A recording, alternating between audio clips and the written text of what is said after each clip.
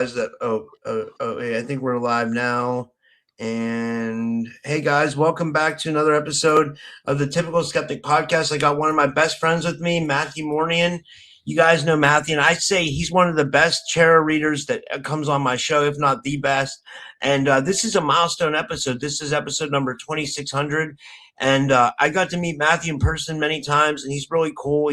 I consider him and his wife good friends. Like I met her in person too at the conference, and they're just really good people. And I just wrote, this is a special milestone episode featuring one of the most requested returning guests on my show, Matthew Mournian. Remember Your Mission. Tonight we'll break down recent conspiracy news, disclosure developments, spiritual warfare narratives, current events, multidimensional consciousness, and Matthew will be doing live multidimensional tarot readings. So we'll usually do like an hour, and we would do the news, and then we'll do like or maybe the half hour, 45 minutes with the news, and then maybe we'll do more time for it because I know you guys all like to get readings and stuff like that. So, and a little bit more about my guest. Matthew is a psychic, multidimensional tarot reader and energy intuitive known for delivering highly accurate soul level readings that help individuals reconnect with their purpose and higher path. Through his platform, Remember Your Mission, Matthew works with clients across the world, offering guidance on spiritual awakening, life direction, energetic clearing, and multidimensional awareness.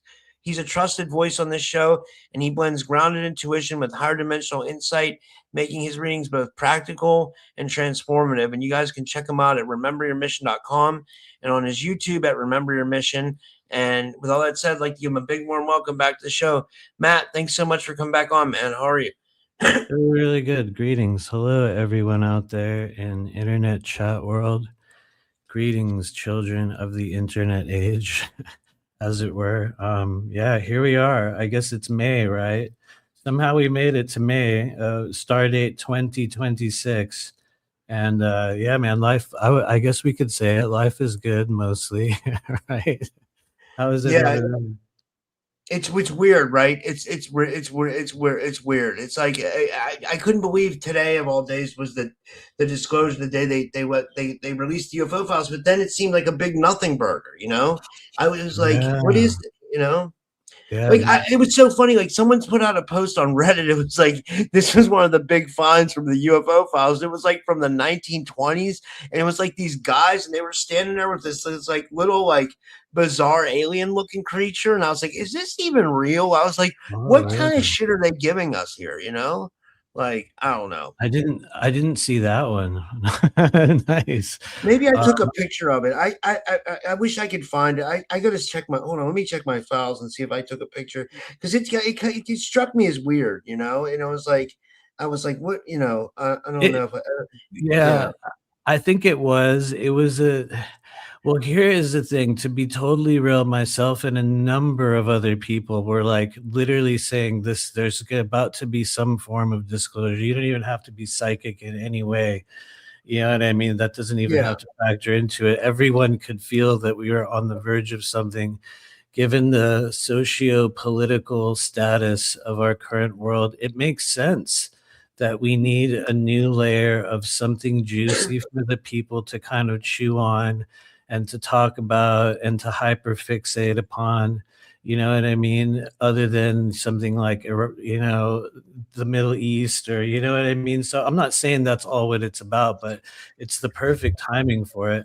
I can't say that I spent very much time looking at it, although I did bring some videos, everyone, which we're going to look at together like a family, like a family. We're gonna watch them together. Take your shoes off. You know what I mean? We're gonna watch some of the UFO videos in a little bit, just for your processes of discernment. But I have to admit, kind of like you, Rob, it just, I wasn't really expecting anything. And I guess that's the kicker. Like, if you're amongst the part of the world that still needs the government to tell them something that you already have been knowing about in your heart for years at this point, if you're still waiting for the government to tell you it's okay to believe in that, this might mean a lot more. But it's just more of the same old shit. And you know what I mean? It's even lacking in the political ideology of the need for the one world government. They didn't even like attach it to like a some sort of like a politics other than to say, God praise, you know, President Trump for allowing this to come out, you know what I mean? Like everybody bow down to him. He's the disclosure president. But I have to admit, it feels very diluted. I'll say Bro, diluted at best. But anyway, I go ahead. found the picture. Here it is. Yeah. Here, All this was the one I was talking about. Wait, let me see if I can get it right up on the screen. That's on Reddit.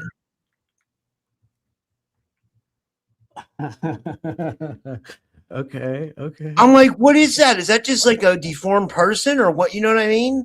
Like, let me see if I can get it closer. Like, I don't know if that's or if that's fake or what is. I don't even know what. It seems like it has like two FBI agents or something, or something kind of like guys in trench Right. coats. Either they're gangsters or they're agents or something. Right. And then there's Definitely some woman government. with like, yeah, sorry. They're definitely government agents. That was like back in the age when it was cool to be, a Fed. So, I mean, they have a lot of style. But yeah, I don't know. It's like a weird pygmy being. You know what I mean? This little dude, which, you know what? Why not? At this point, why not? Because you know what I mean? I feel like of all the stuff that we would find within this hyper diluted batch of files, and there's probably some cool nuggets in there, just like with Epstein. You know what I mean? We'll find some things where you're like, oh my God, that's very relevant, and that'll give us something to talk about for a little while longer. You know what I mean? We'll find bits of that. But here's the thing. If that was an AI photo, perhaps, let's just say looking at it through the lens of like how, some things will just be pure disinfo and just pure, you know what I mean, just altered bullshit to make everyone go, oh, look over there, don't look at this, look over there, you know what I mean? If that was AI, I think they would have done a lot better than a weird little pygmy being next to two super blurry, like government agents. It would have somehow been in perfect focus, right? Yeah. Right, everyone? It would have been perfect focus and Yeah. super hyper detailed. But anyway, go ahead. You're saying? And I was gonna say, if you're gonna be listening to this on audio, like I'll upload this to audio afterwards. Like, come over to YouTube and check it out. And it's also on Reddit, and it says one of the first official alien pics from the DOW file, the Department of Justice files. And then okay, so there's another one. This is on Reddit. Let me know what you think of this one. This is also on there as well. Yeah. That's weird, right? I don't know if that's real. It says or wait, maybe this guy was just putting that up as a thing. He said, "What are we thinking of the UFO files?" Like, he was maybe posting that as like a post just to post a question and like just to see what people on Reddit are saying. The guy he said, "What are we thinking of the UFO files?" And someone said, "Have you watched South Park?" So it's like people are just like, you know what I mean? I Like, haven't. yeah. Right. You know what? Honestly, why the hell not? Like Yeah. that is gonna be my verdict on the 1920s mini pygmy alien photo. And I pray to God there's some other cool little nuggets in there that are too blurry and lame to be AI. But you know what I mean? Why the hell not? But like That is my there has to be like if there's really a secret space program and there's all these other alien races out there, our government's got to have a lot juicier shit than this. They got to have like pictures of some Nordics or some reptilians or some right. dogmen or anything. Some Oh, dogmen in I'm fucking sure there's spacesuits or something. I mean, like right. I don't know. I was just I'm joking there, but you know what I I'm mean, right? sure that evidence abounds in many different forms in a number of places that have no intention of ever being made public. You know Yeah, what I mean? There's countless forms of it, just like with everything else. And those who prophesize about, the disclosure process, back in, for me, I started tracking it around like, 2015 era, which isn't that long ago. A lot of people watching this channel have been following it for much longer, but I really kind of got more into it, at that time period. And this was exactly what we were told was going to happen then, that it would be a very awkward drip and drop little piece of random, breadcrumbs here and there, and, vague promises and pushing the goalposts back. And the thing is, it makes sense from a governmental perspective, because if you really look at it, I think in from a truthful perspective, no world government truly has any incentive of revealing such things to their population. There's really no win scenario for that government entity. All it does is further the idea that there is a power greater than the one that we've been given, or something that takes a higher form.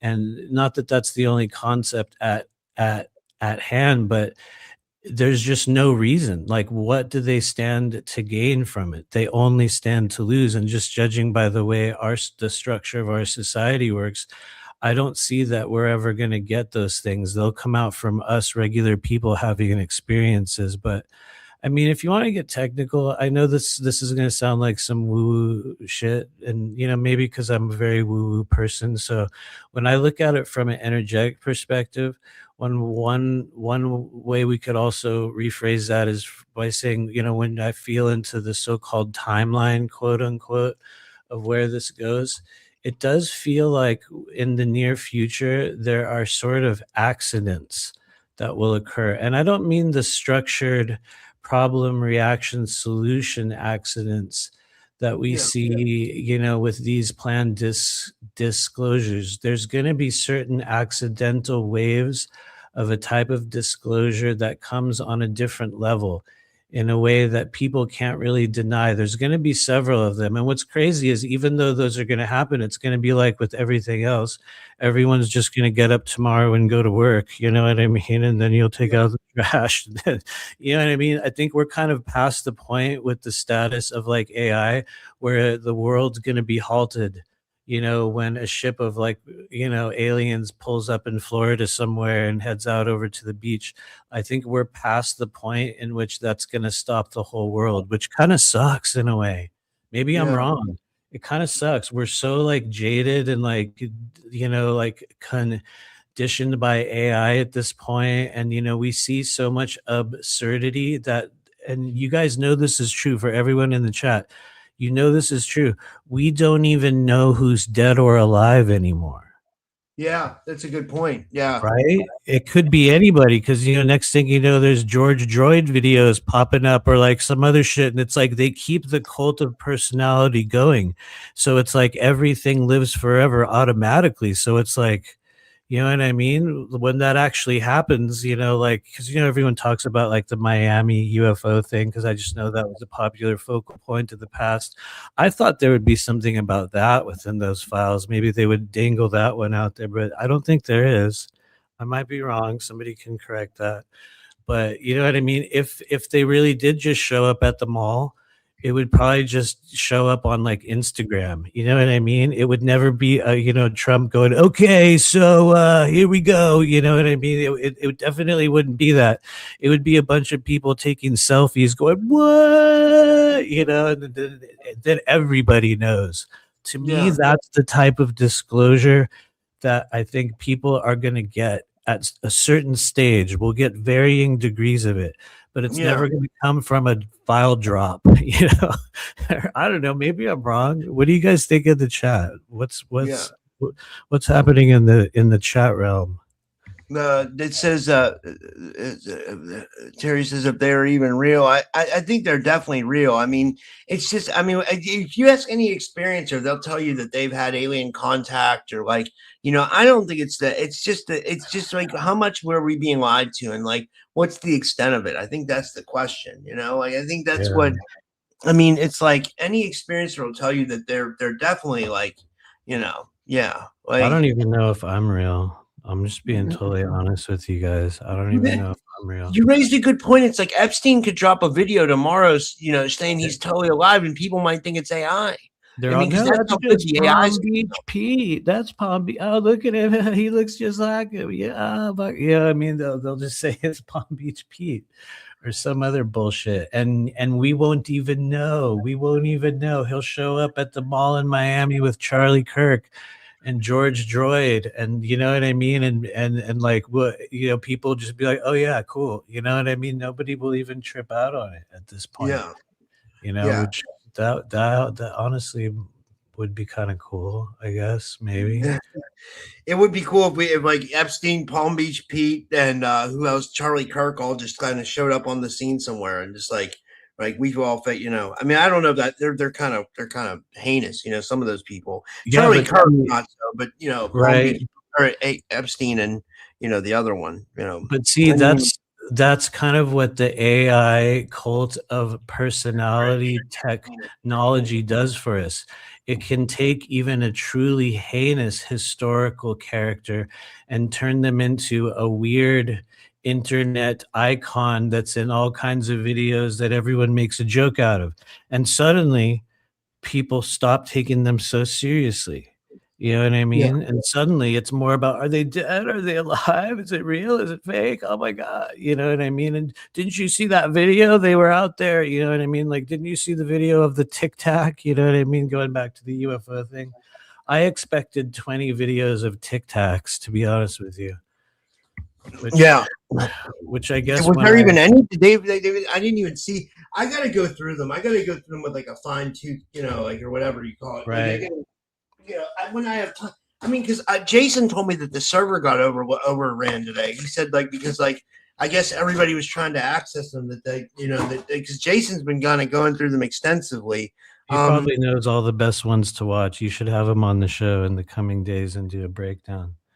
Yeah, definitely for sure. Yeah, that's a good idea. Yeah, I'm gonna. Yeah. All right, I realize I'm just like I'm like saying that in an awkward. You should just totally do this, bro. Anyway, sorry, it's your. You're absolutely right. I agree. Yeah. But should we get into the videos? Yeah, we do. People request readings already, but we'll wait. Yeah, we will definitely. How about this? We'll watch a video. We'll see how we do.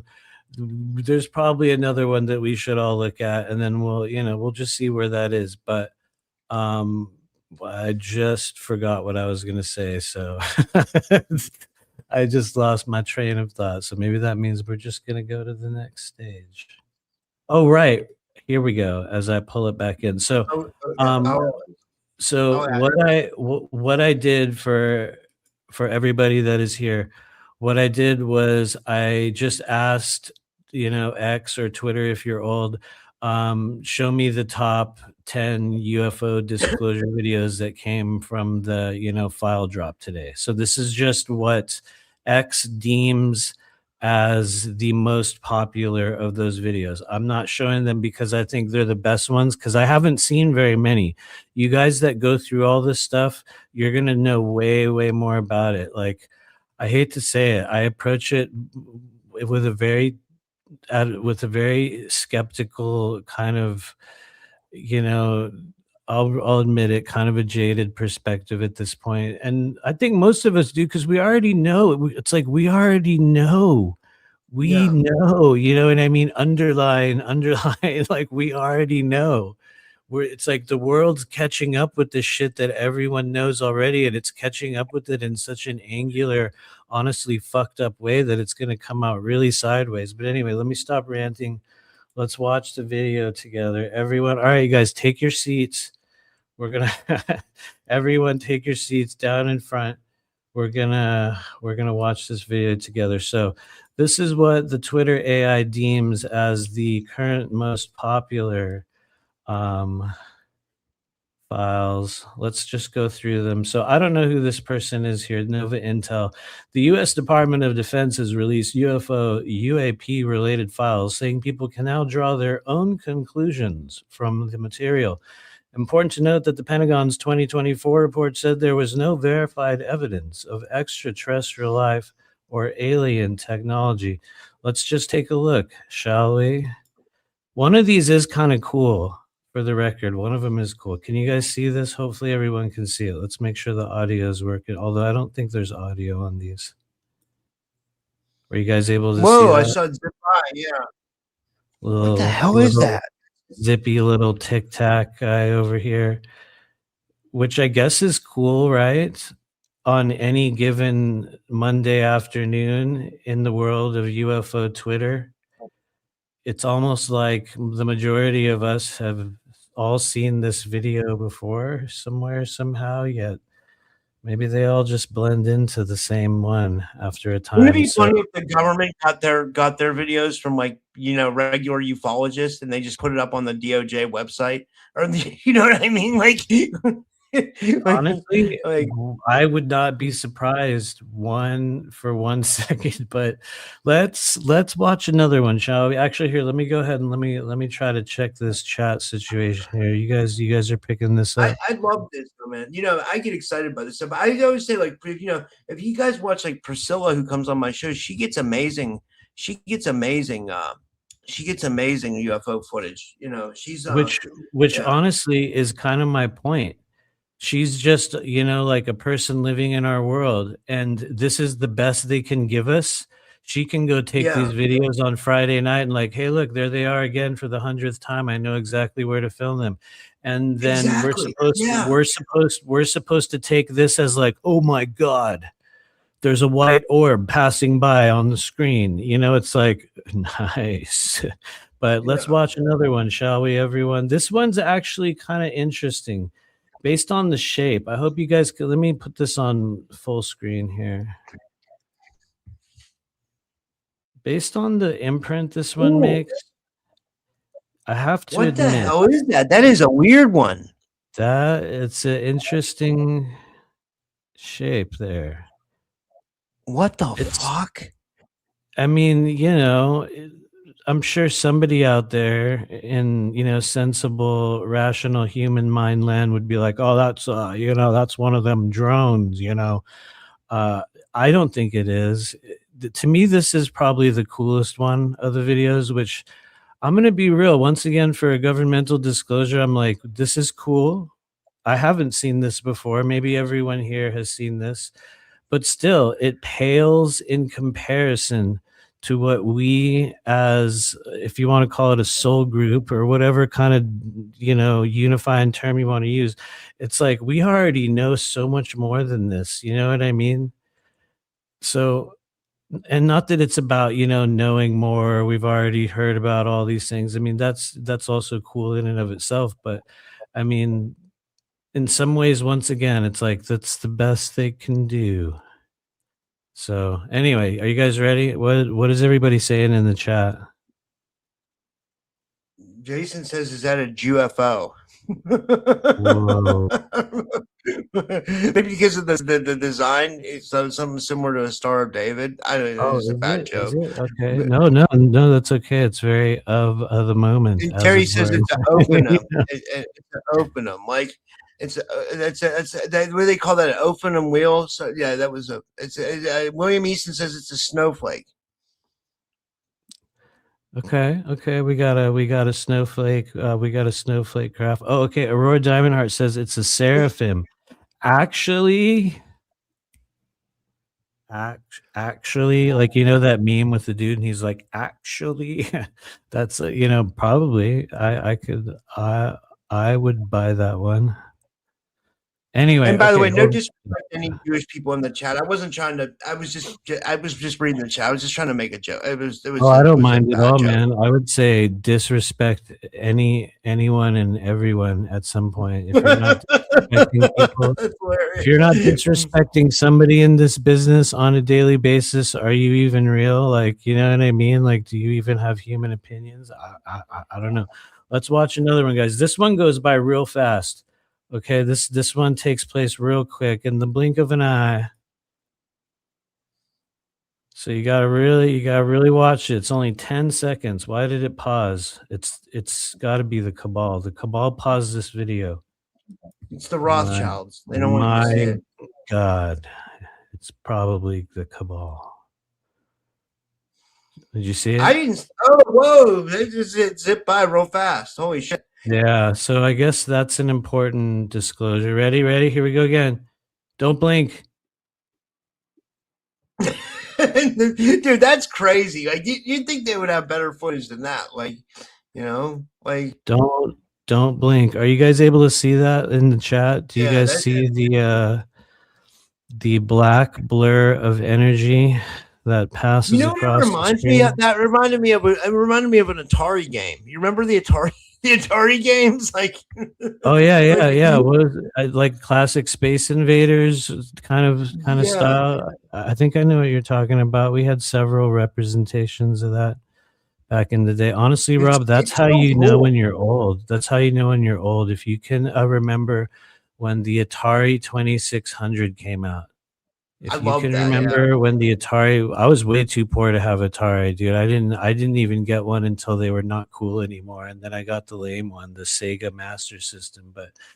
But like, if you're old enough to remember that, you're officially old now.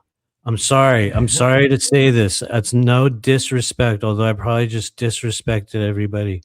If you're old enough to remember that, you're old. Okay. It's okay. It's gonna happen. Let's watch another one of these here videos. I think there's one more. There might be one more, and then we can check for others. And then I have a kind of a non sequitorial question. Don't let me forget the non sequitorial question. This is another one. It's over in a blink of an eye. But there's a lot going on. It's still really cool. That reminds me of like something you would see at ESETI. You know, Yeah, yeah. And then see, look at this Betty's a guy. really cool one. This guy's flying on by, and he's like, "Wait a minute, hold on, what's going on? Does that guy have a camera? Turn back, hold on." You know what I mean? It's like he's like flying on by, and he pulls up. Whoa. What do you guys think of this one? This is an interesting one. I think it's a cool one. I like that. To me, this would be probably of the top of the videos we've seen so far. This to me seems like it would be probably the easiest one to debunk for those with a typical skeptical mind, because they could be like, "Oh, that's probably just one of them drones. It's Yeah. one of them drones. One of them Iraqi drones." Look, see, look. He's like driving on by, and he's like, "Whoa, whoa, whoa! Hold up, hold up, hold up! Go back, bro. We can't, dude. They're gonna fucking record us. No, no, turn back, turn back, turn back. What Hold on." what do you think about I'm surprised the government doesn't have footage of the Kambukas turkey footage. Do you know what I'm talking about? Dr. Roger Lear presented it on the Art Bell show back in the day. It was supposedly the Kambukas turkey footage was like the footage of this Oh, UFO right, hovering off right. the shores of Turkey, and you could see like two grays inside it. Do you know what Mhm. I'm talking about? I do actually. I absolutely remember that. That was all over the place for a short time. I have to admit, I really question that. I don't know what direction to go on that, because I've seen a lot of,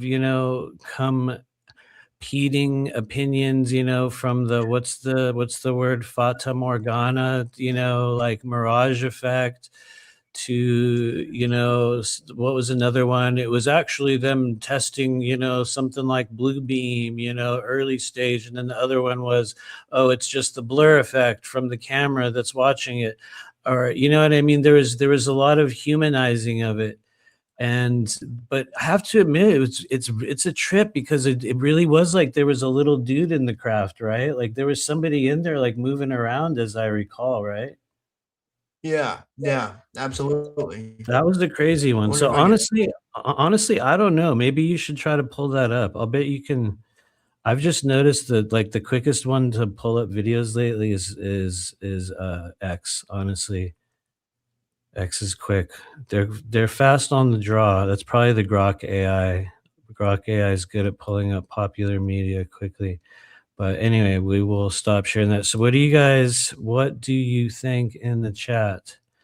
What are your viewpoints on these? These are only four of what I can assume are many of these videos. We can, while you're figuring that out, Rob, I think there might be one other one. I'm not sure. Can I send it to you? Because you have a better computer than. Well, I found it. Well, it's hard to. I don't know how I Yeah, can yeah. send this to you. It's on Reddit. It's let me see a Discord. Let me see. Okay, share.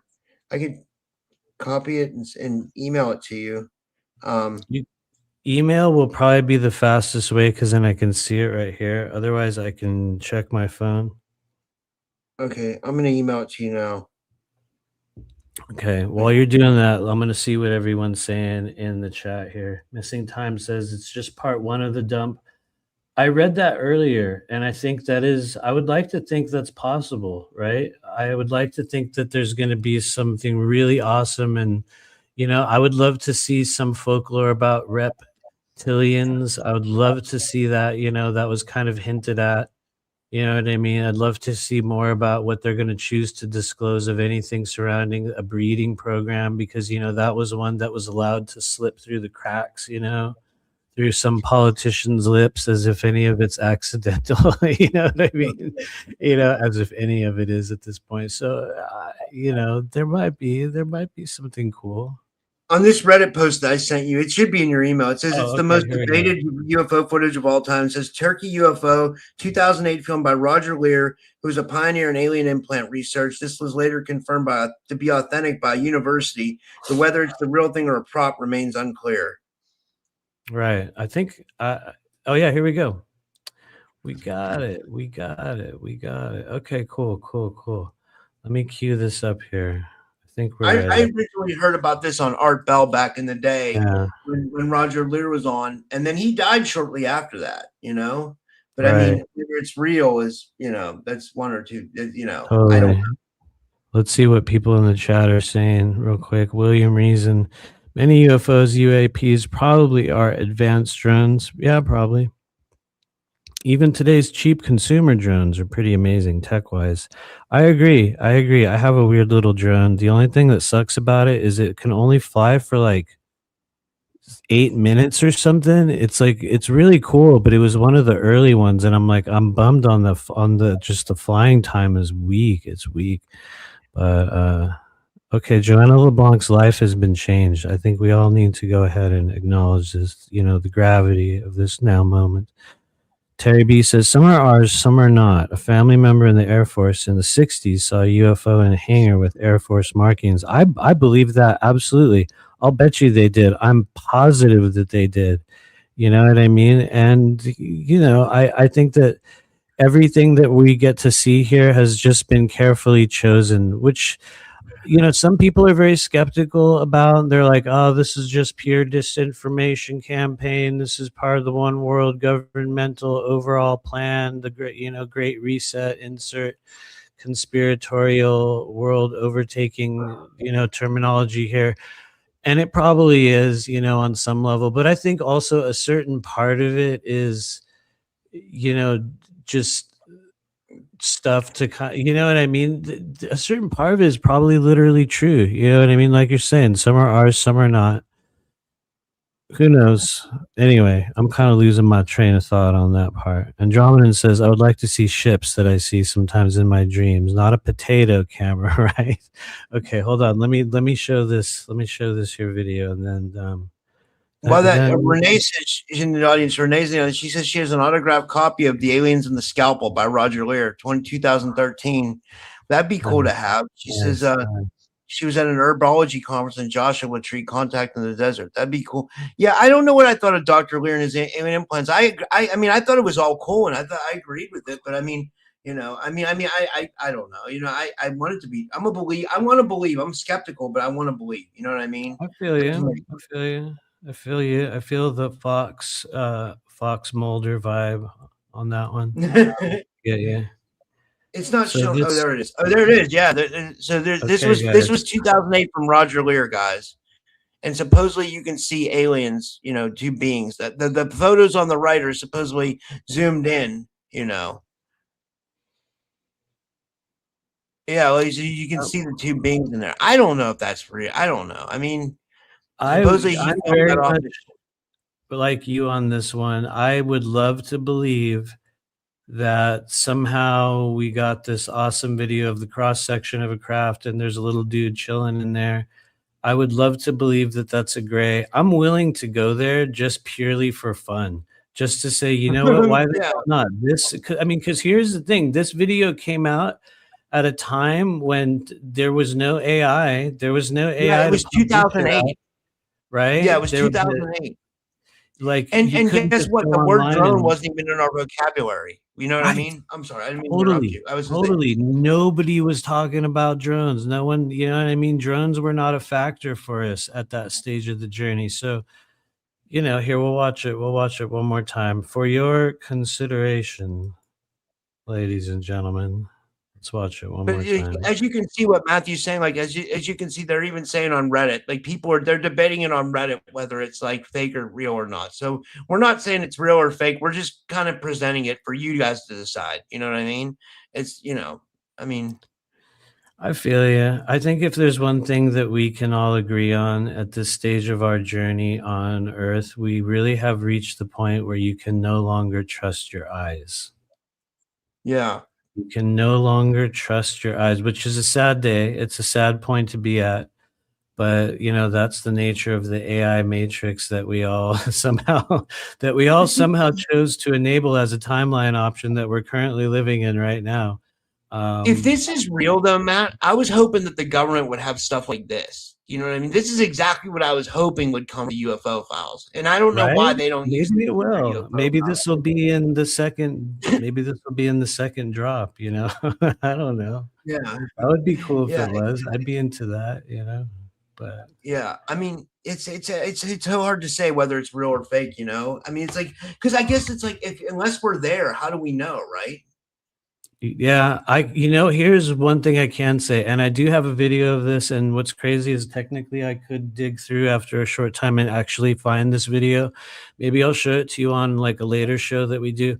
But do you guys remember recently how was a lot of reports of these orange fireballs that were flying around in really weird, kind of spooky ways recently? Yeah. Okay, I think it was Christmas Eve of 2023. Nora and I went on a walk in Riverview, Florida, just walking down the street at night, just a little, maybe it was like a holiday thing. It might have been day after Christmas, but it was right around Christmas of 2023. We were walking down the street in Riverview, Florida, and we looked up to our right, and lo and behold was a very slow moving, gigantic orange fireball, just like pictured in those videos. And I was able to take out my phone and film it. And there was another person there watching it as well. And it sort of cruised past us. It sort of turned. It literally kind of like, it's as if when we acknowledged it and we were like, what the, oh my God, it started to turn away. Like as soon as we noticed it, it started to turn away, and it sort of like angled up and eventually like just like disappeared. And I got a significant portion of it. I have an actual video record of, so I promise to show this to you guys one day. But it was interesting because that I know is real. And here's the thing though, to me, and I might be wrong, but to me it felt like it was alive. It didn't feel like a container.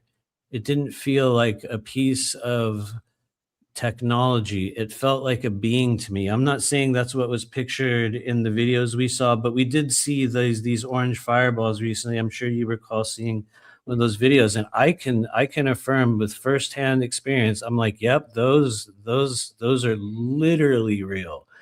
And Do you think it's like an orb or something, or what do you think it is? honestly, I really truly don't know. I can't say that I have any true idea. I can tell you that it was not of this world in the energy and the feeling that it presented. I can tell you that it seemed to acknowledge both me and Honora as soon as we kind of were like, whoa, what?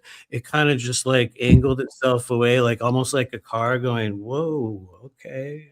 Okay, like it turned its little, direction and started to kind of fade off, and there was a seeming sentience to the way it moved. And so, honestly, I don't know though. I truly don't.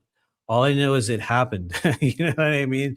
And what's crazy is I don't think we told anybody. It's like we were just like, oh my God, whoa, wow, crazy. I can't believe I got that on video. And we just like boom, went back to our life. It was weird. I mean, we talked about it amongst ourselves many times, but it was never a thing where I was like, attention everyone. I had a Well, contact experience, you know what I mean? It wasn't that type of a thing. So it seems like they have the ability to blur out your phone. Here's my experience. Like I told you, I've told this many times. Like when I was walking to the store the one day and I saw the orb above BP, and it was like shape shifting, like not shape shifting as far as like shape, but like color wise, it was going like green, purple, and it was like really weird, and it seemed otherworldly, and it blurred out my phone. But then something happened the other night that matched that. So like right here, as to the left of me, I came in, I smoked weed, and I swear to God, when I smoke weed, I can see like astral figures, it seems like. And I was looking at probably. the wall and I saw, I know you're not going to believe this, dude. No, I know you're dude. not going to believe this, but Honestly, dude, why I not? saw, I saw this being in the wall, and I was like, I'm getting you, motherfucker. And I pointed my phone at it, and right as soon as I did that, it blurred out my phone.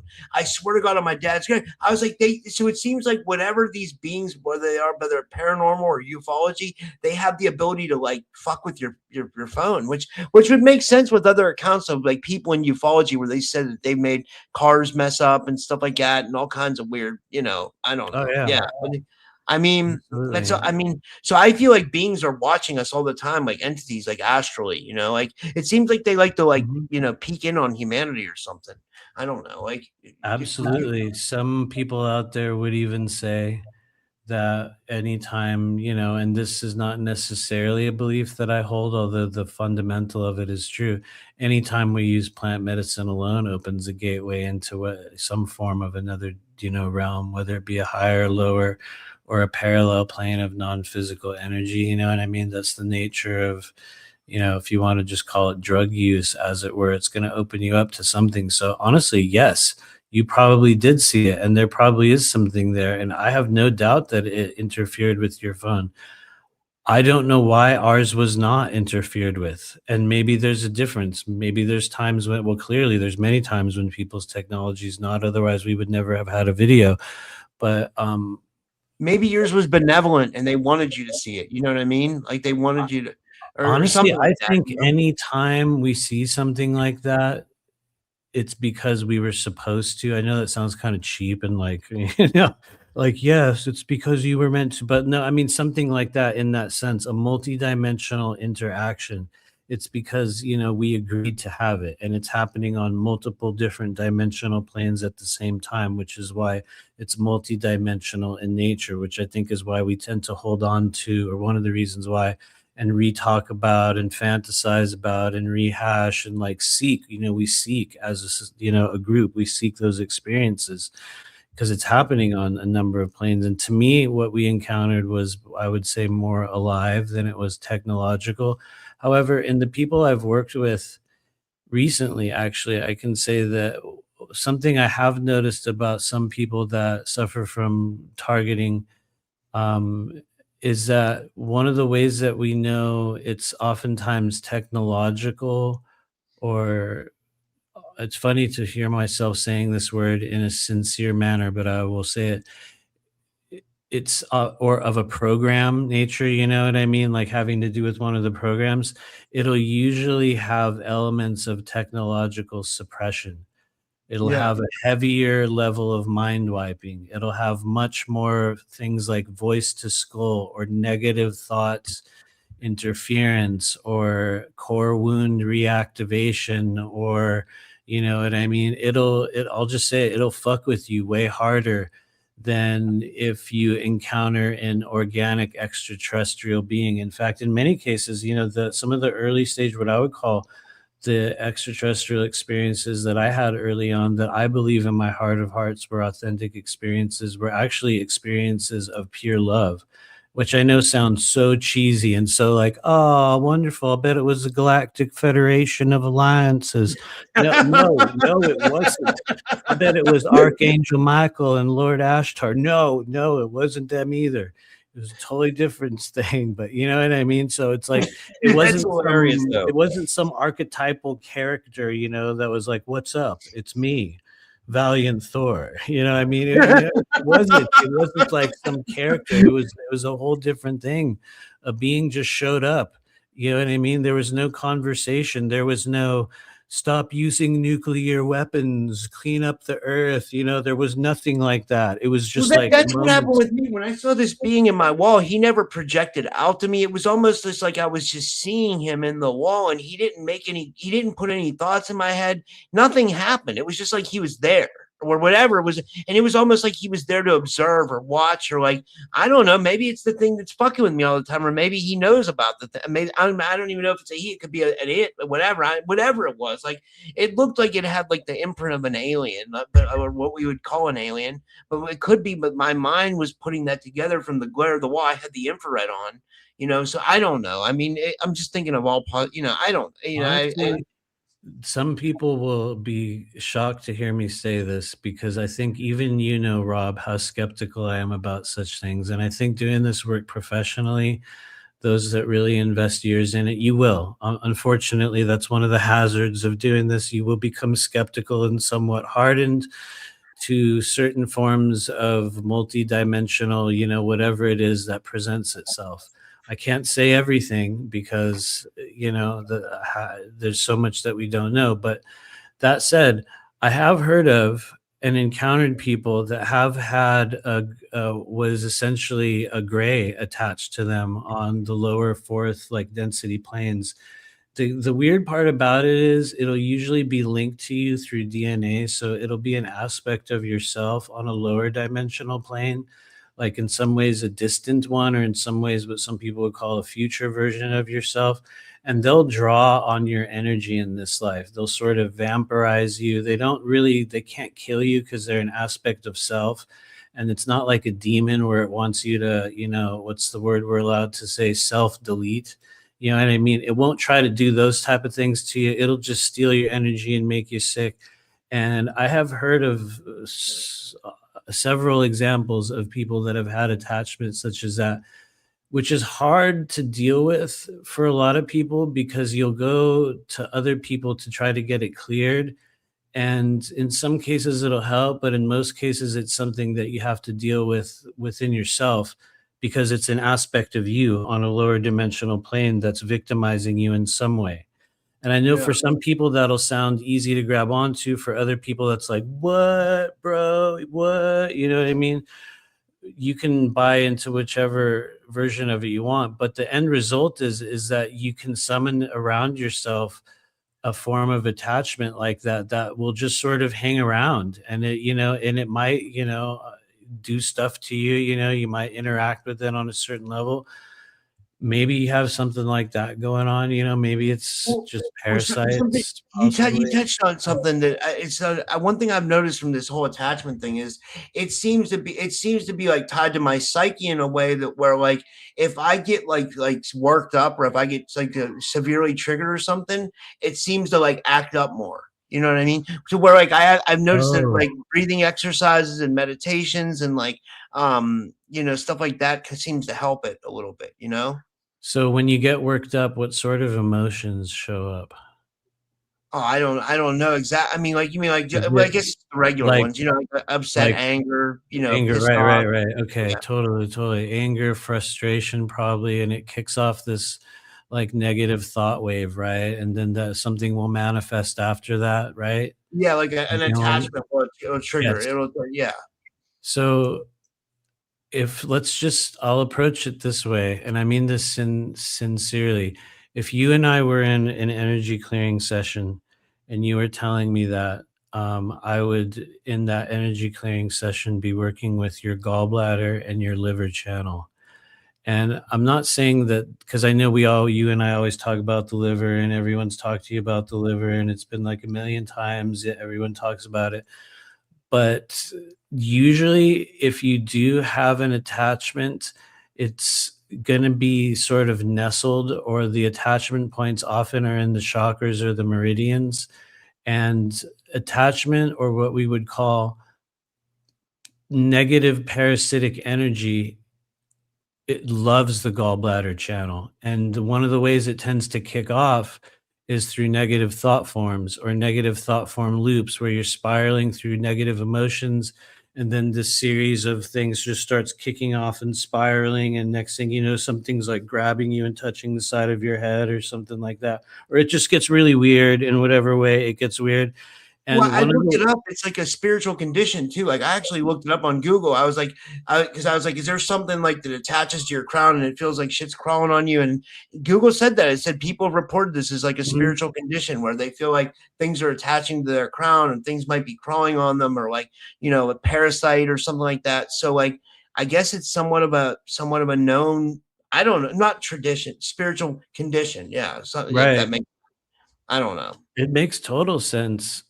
The places I would work with you on that would be your crown chakra, it would be your central channels, it would be the gallbladder and the liver, probably the whole left side of your body to just help release and delete, emotions trapped from, like people in your past, that not to get too far into it, you know what I mean? Work on, releasing those energies, and it would probably have an effect on the way you encounter parasitic stuff. I'm not saying that there's an attachment there, or it's a gray, or it's a reptilian, or it's, you know what I mean, or who knows, maybe it's dark fleet, you know what I mean? Who knows? One of the Yeah. things, for real though, one of the things I've tried not to do now is to really go to great lengths to label the nature of maladies that we experience in the multidimensional body, because we're very much at the stage in which, and I've said this a million times, so it's kind of a cheesy statement. One person's reptilian abduction is another person's childhood sexual trauma. Yeah. They are interchangeable within the certain layers of the experiential mind, and to one person, it can be something very, very different than it can be to another person, you know what I mean? And so it's like I stopped trying to say, "Oh, well, it turns out you have an attachment in your 7th layer tied to your core, astral body on the 7th digital plane of your, Metatronic soul aspect, and that's actually turns out that's actually where all your problems come from, so turns out that's all it was, you know what I mean? Because a lot of people will sort of just throw a bunch of labels at you, and it's like, oh, okay. And honestly, I don't think that really helps any of us at this point. And maybe it does for those that desire to have a label that they attach to their malady. I think the thing that creates change is the release of negative emotions. Not that that's the be all end all. It's just I've noticed for people that are able to really release cyclical, energetic, parasitic attachment, which is more the way I view it now, like parasites that lodge themselves in the non physical body, which is why it tends to link with emotions or thought forms that rise or fall in the body. In your case, anger and frustration would bring evidence to the gallbladder and the liver channel. And because you already have a known issue there, it makes total sense. You know Yeah. what I mean? And so for some people, it could be something very, very different. But anyway, I'll stop ranting on that now because I'll just keep going. No, you're But helping me come to the bottom of it. I might have to work with you, dude. That just sounds like maybe we could, like get to the bottom of actually what's going on. And it's been going on for like 2 years, you know what I mean? On and off, like it comes and it goes. And it's like, and I've never said like I have anything about what I think it is. All I know is that like an energy's attaching to me. I've never seen anything. You know what I mean? The only thing I ever saw was like that imprint of that thing in my wall the one day. I don't even know if that had anything to do with it. Like I've never seen a could, demon, a ghost, nothing. Like it's just like an energy that attaches to me, or whatever. right, It feels like a right, parasite, like, and then it's in my bed too, which is crazy. Like right, when I right. lay down, I feel it in my bed, but like, I don't know. That's weird. I think It's that like, there's a lot of layers of stuff. I think that in a lot of ways, you're one of the people that, based upon what you do and how public you are, it kind of adds energy to the idea that you're going to be targeted at some point. You know what I mean? So there is, I think, a legitimate, or very great legitimate possibility that you're being targeted by something. It doesn't to me feel like it's a person going, I hate Rob, I'm gonna send him something. I don't think it's anything like that, just to be totally real with you. I don't think anyone sent you anything. I think that, due to the nature of what it is that you do, being your sole venture in this life, and due to the nature of, your physical body and just who you are, it's like certain things are going to get attracted to us. And I think that it's going to happen. Like anyone that works in this area, whether it's in a show or even as a practitioner, it's like that old saying, if you hang out in the barber shop long enough, you're going to get a haircut. You're going to run into some really weird negative shit at some point in this journey. Some of us are going to be overtaken by it. Some of us get our ass kicked for a moment. Some of us get scared. Others get addicted. You know what I mean? It comes in many, many different forms. But I think those are the hazards of operating in this kind of in this realm. Because, there's a lot of people that probably have been triggered by information that you have, put out there. And I would probably guess that a certain amount of them really aren't on the physical plane, because most of those energies really do not want to be known. Most of those energies do not want to be known. I will tell you though, demons want to be known. That's one of the ways you'll know it's a demon, because they want to be known. Yeah.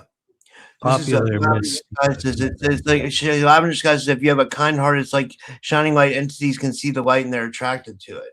I don't know. Yes, literally. Yes, absolutely. Absolutely. There's a bait frequency that gets given off by people that some might say is a fanciful term, but some have a more pure level of heart energy, and others don't, the varying degrees of all those energy centers in the body. And those that do, you could be a target in a big way. And if you have a lot of liver energy, if you have a disproportional amount of really anything within the non-physical body, it's going to be an attractant, whether it be an attractant for emotions, thought forms, or multidimensional blockage, whatever you want to call it. It's going to create an imbalance, just like it creates in the physical body. You know what I mean? Like when you get too much fluid and your legs swell up, or you know what I mean? Stuff like that. And in most cases, it doesn't kill you, but you're totally aware of it and you deal with it every day. You know what I mean? That's the sort of reactions that it'll keep like bringing up. And anyway, I could go on and on, but I'll stop ranting. I went from the UFO videos to this, but I was to say, should we start with the ratings if you want? Yes, yeah, we can.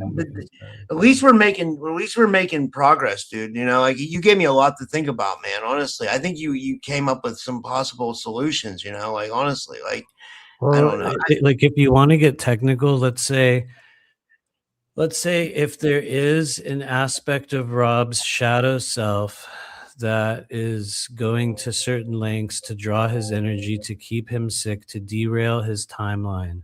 Let's just say, if we buy into the idea that is a possibility, let's just say maybe it's not a program, maybe it's not a government, maybe it's not a dude in a white van across the street with a little ray gun going maybe it's not those things. Maybe it's parallel shadow self Rob, that's keeping you sick through maladaptive social responses and toxic behavior patterns. Let's say if it's that version of yourself, and maybe it is, maybe not, who knows.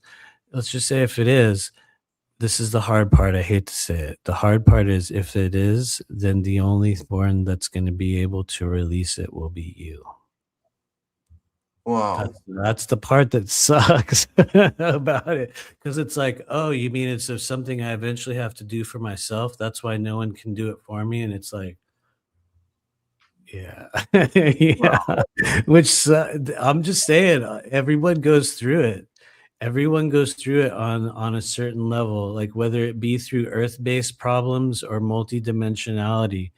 You will realize, kind of like that old saying, no one is coming, like there's no one else. No one is coming. It's like you realize that at a certain point, which is honestly, when you do, not to drag on the weirdness, but when you do, that's part of what we call the third gateway of intuitive activation. When you come to the stage in which you become your own healer, when you take it upon yourself to be like, okay, let's figure out, how does this vehicle actually run? What's really going on here? I'm going to have to figure out how to fix this.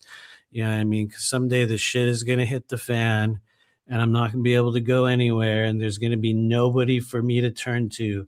And I'm going to have to figure it out in my own way. And for a lot of people, that's a rite of passage that we go through that'll change your life. It'll sort of open doors for you in a certain way. And I'm not saying that's what'll happen for you, because you could have a totally different scenario, but Yeah. who knows? Anyway, sorry. Thanks for talking to me about that, though, man. I It said I makes a was lot of gonna sense what stop, you're and I saying. kept talking. Yeah, It's yeah, I know. great. It's great information, though. No, it makes a lot of sense. Honestly, it really does. Like, um, this was Terry. She said she'd love a reading. I hope she comes back to watch it later, because then she said she had to leave. So, Oh, she's if anybody down. knows Terry B in the chat, and I don't want to give her name over. I don't know. She sent a PayPal, so I don't want to give her Okay. name. But she says support for your channel and a possible reading. She says so. Thank you, Terry. Okay. And Okay, yeah. cool. I'm gonna pull a card for Terry. Before we do so, I have a question for everybody in the chat. I'm serious. This is a question that I'm going to ask you guys. I might have asked it before on this channel. I might not, but this is a question I have for everyone. And I need you to promise me that if you don't know the answer to the question, you'll just go with your instinct. Don't look it up. Promise me when you try to answer this, you're not going to Google it and like Google both of these terms. Just don't. Just go with what feels right to you. And you might already know. So if you know, then it's cool, But this is my question for everyone here before we do a reading for Terry B. Okay. There's 2 places in the world you can go. You're going to have the vacation of a lifetime. And when I say a lifetime, I mean a lifetime. You only get your choice between 2 locations on planet Earth, okay? Remember, this is the vacation of a lifetime. You have 2 choices on Earth. You can go to 1, North Sentinel Island, choice number 1, or 2, Snake Island. No, for real, dude, for real. You're going to have the vacation of a lifetime. You can go to 1, North Sentinel Island, or 2, Snake Island. Do not Google it. Don't Google it. Go with your instincts. Which one do you choose? Go with your instincts. I wish we had a little sound bite that could play right here with it. I'm pulling up the chat on my phone. I'm gonna say Snake Island because, like, I don't know. I mean, North Sentinel Island sounds like something. It could be like, I don't know what, but like, I don't know much about either, to be honest with you. So, William Eason in the chat says this is hard. Remember, you guys, vacation of a lifetime. Selena says Snake Island. Joanna LeBlanc says 1, so I guess she says Snake Island. Well, I can't remember which choice 1 was. Which one was 1? North Sentinel Island or Snake Island. Those are your choices. Jason says Snake Island. He says he's bringing back the VDU venom, heady venoms, he says. Lavender Sky says, I don't like snakes, but you choose it because I know what's on Sentinel. It's people. Oh, they know. They know North Sentinel Island. Oh, don't ruin it. Don't ruin it. T. Cole says Sentinel Island, no snakes, please. Joanna says that's what she said. William Easton says, I say 1, snakes can be good, but also can be deceptive. Selena says Snake Island sounds like a mushroom trip. Puckel says not going to give details of North Sentinel. Okay. Terry B. You're back, Terry. I'm glad you're back. We're about to give you a reading. She says, they both sound sketchy. Snake Island sounds like the end of our lifetime. We got some North Sentinel people out there. Wow. Okay. Got a lot of people. Okay. So I'm honestly really glad that you guys answered this question. There's no right answer. I'm sorry. There's no right answer, because the truth is you will not survive long on either island. Snake Island has something like 20 to 50 snakes per every something like 100 square feet. Wild, venomous snakes that will kill you in less than 15 minutes. Holy if they shit. bite anywhere on your body, you will. It's just like one of those guaranteed death places on planet Earth. There's so many snakes there. This is your cue to look it up if you haven't. If you don't know about Snake Island, just go look up Snake Island. You're going to be like, oh, what? Oh, oh shit! What? You know what I mean? So the reality is, you won't make it on Snake Island. You can't even go to Snake Island. But then, to make it even worse, North Sentinel Island is a guaranteed death trap, because I think there have only been, at this point on Earth that we know of, 1 to 2 people who have been able to even come close to the shore of Sentinel Island without getting killed by the super hostile natives. And I think in one case, I think it was because it was a woman, and because she was giving them like coconut or something like that, and they decided, okay, we'll let this one live. But otherwise, as soon as you even approach the beach of North Sentinel Island, dudes come running out of the jungle with bows and arrows, and I mean like 100 of them literally come running out of the jungle with bow and arrow, and it's like an instant. Is that one? Did you ever hear that story of like that island of it was like the savage natives or something, and like that like a priest or someone there that was like really Christian. He thought he could convince them to turn Christian, so he went there, Bible in hand, thinking he was going to change them, and they just murked him. You know what I mean? That's what they do. That's just their thing. That's how they roll. You know what I mean? It's like, if you go there, you're going to get whacked.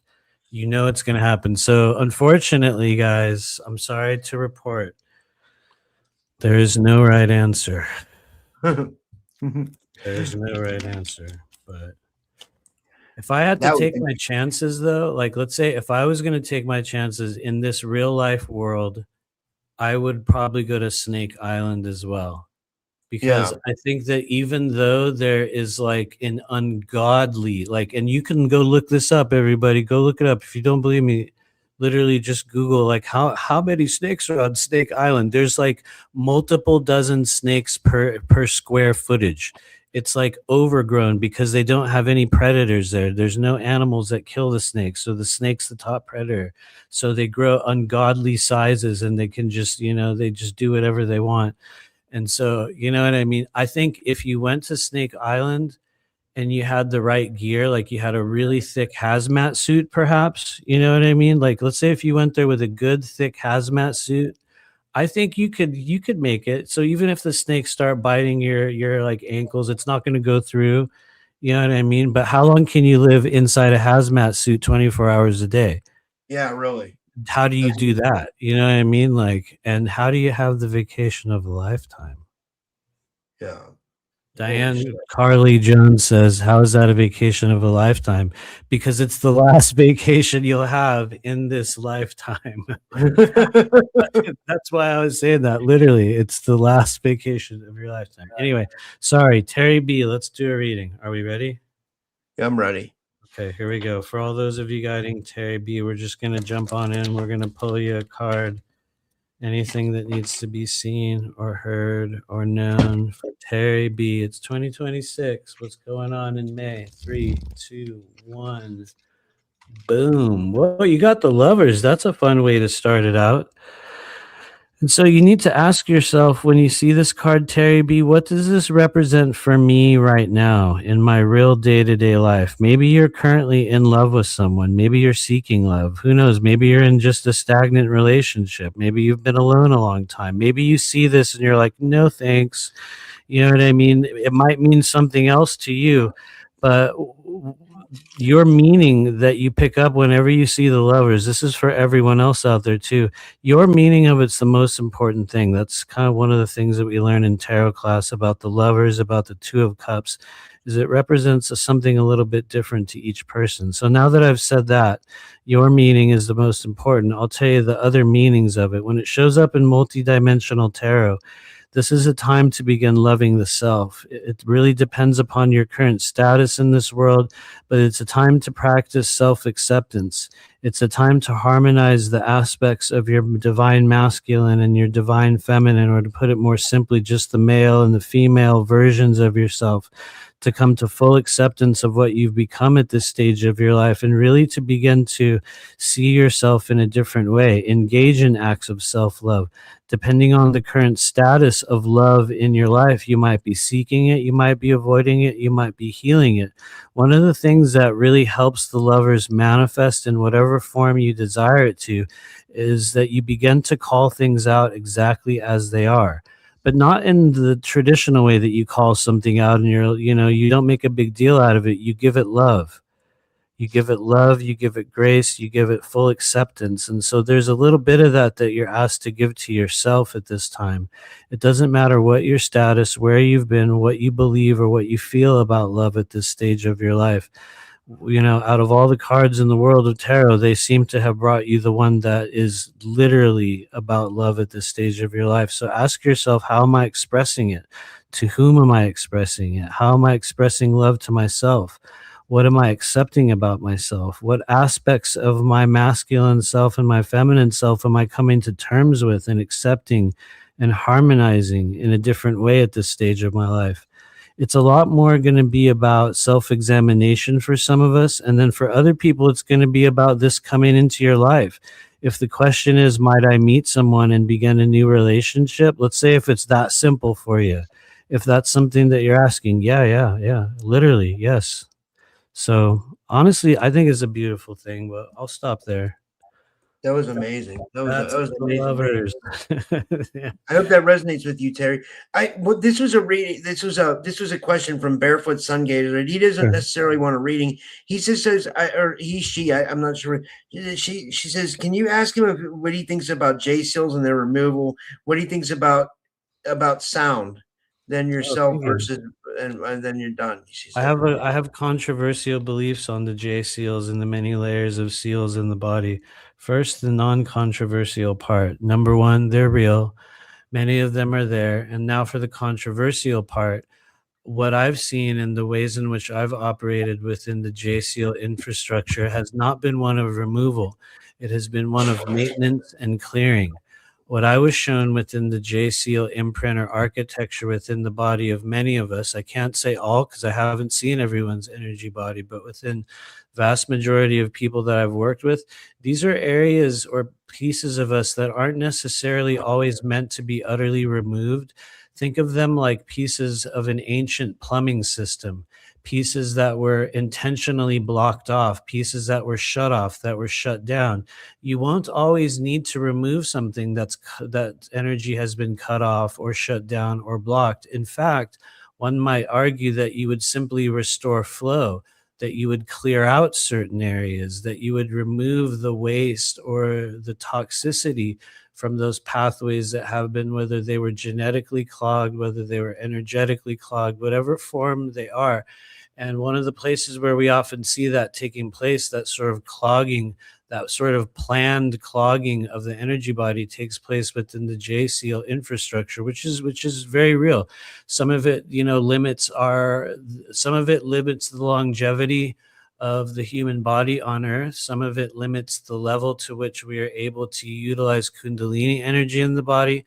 Some of them limit the ways in which the heart opens. Some of them limit honestly, even gender aspects and how we connect intimately with the world. I mean, they have a huge effect on us. It's just, I know a lot of people talk about removing them, and that was never the thing for me. It was more about clearing out an area rather than cutting it out, which is also why I am not in any way an advocate of chakra removal.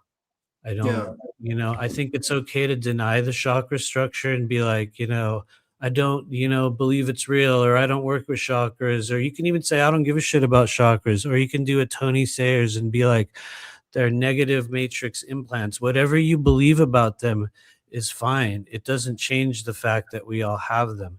And I think we have a similar concept going on with the J seals. And so I'm more of a clearing person than I am a removal, but you're going to encounter other people that are like, no, we must remove them. And maybe that works.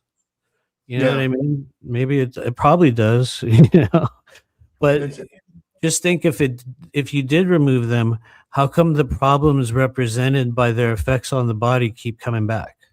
Yeah, I just wanted to let you know, by the way, that rating you did for Terry, she said very relevant. By the way, she said that it was very relevant, so that's good to know. Oh, thank you, Terry. I hope it helps. Yeah, Aurora Diamond Heart says I'm a chakra denier. Damn. Damn. Anyway, okay, who's next? Sorry. the next one is Selena, and Selena. yeah, I want to give it Cali Girls next. I'm going to give a shout out to her. She said the other day, I put it up on the screen. Who's the girl who's after. She said to her, she watches, her mom watches, and her niece watches my show. So that's pretty cool to know that they're all, like. Hell yeah, that's cool. Thanks to the whole family for hanging out. That's what she said. She said she gets excited when certain people come on. She said tonight, she said Matthew live. She was like, yes. She was excited. I don't know. I don't know about that, but maybe. Thank you though. Anyway, okay, who are we? This is gonna be first. This one's Selena, and then Cali Girls next on Rumble. Yeah. Okay, cool. Okay, for all those of you guiding Selena at this current time on the Earth plane, in the year of May, in the month of May, in the year of 2026. We just ask for just a simple moment, anything that needs to be seen and acknowledged for Selena and maybe anyone else.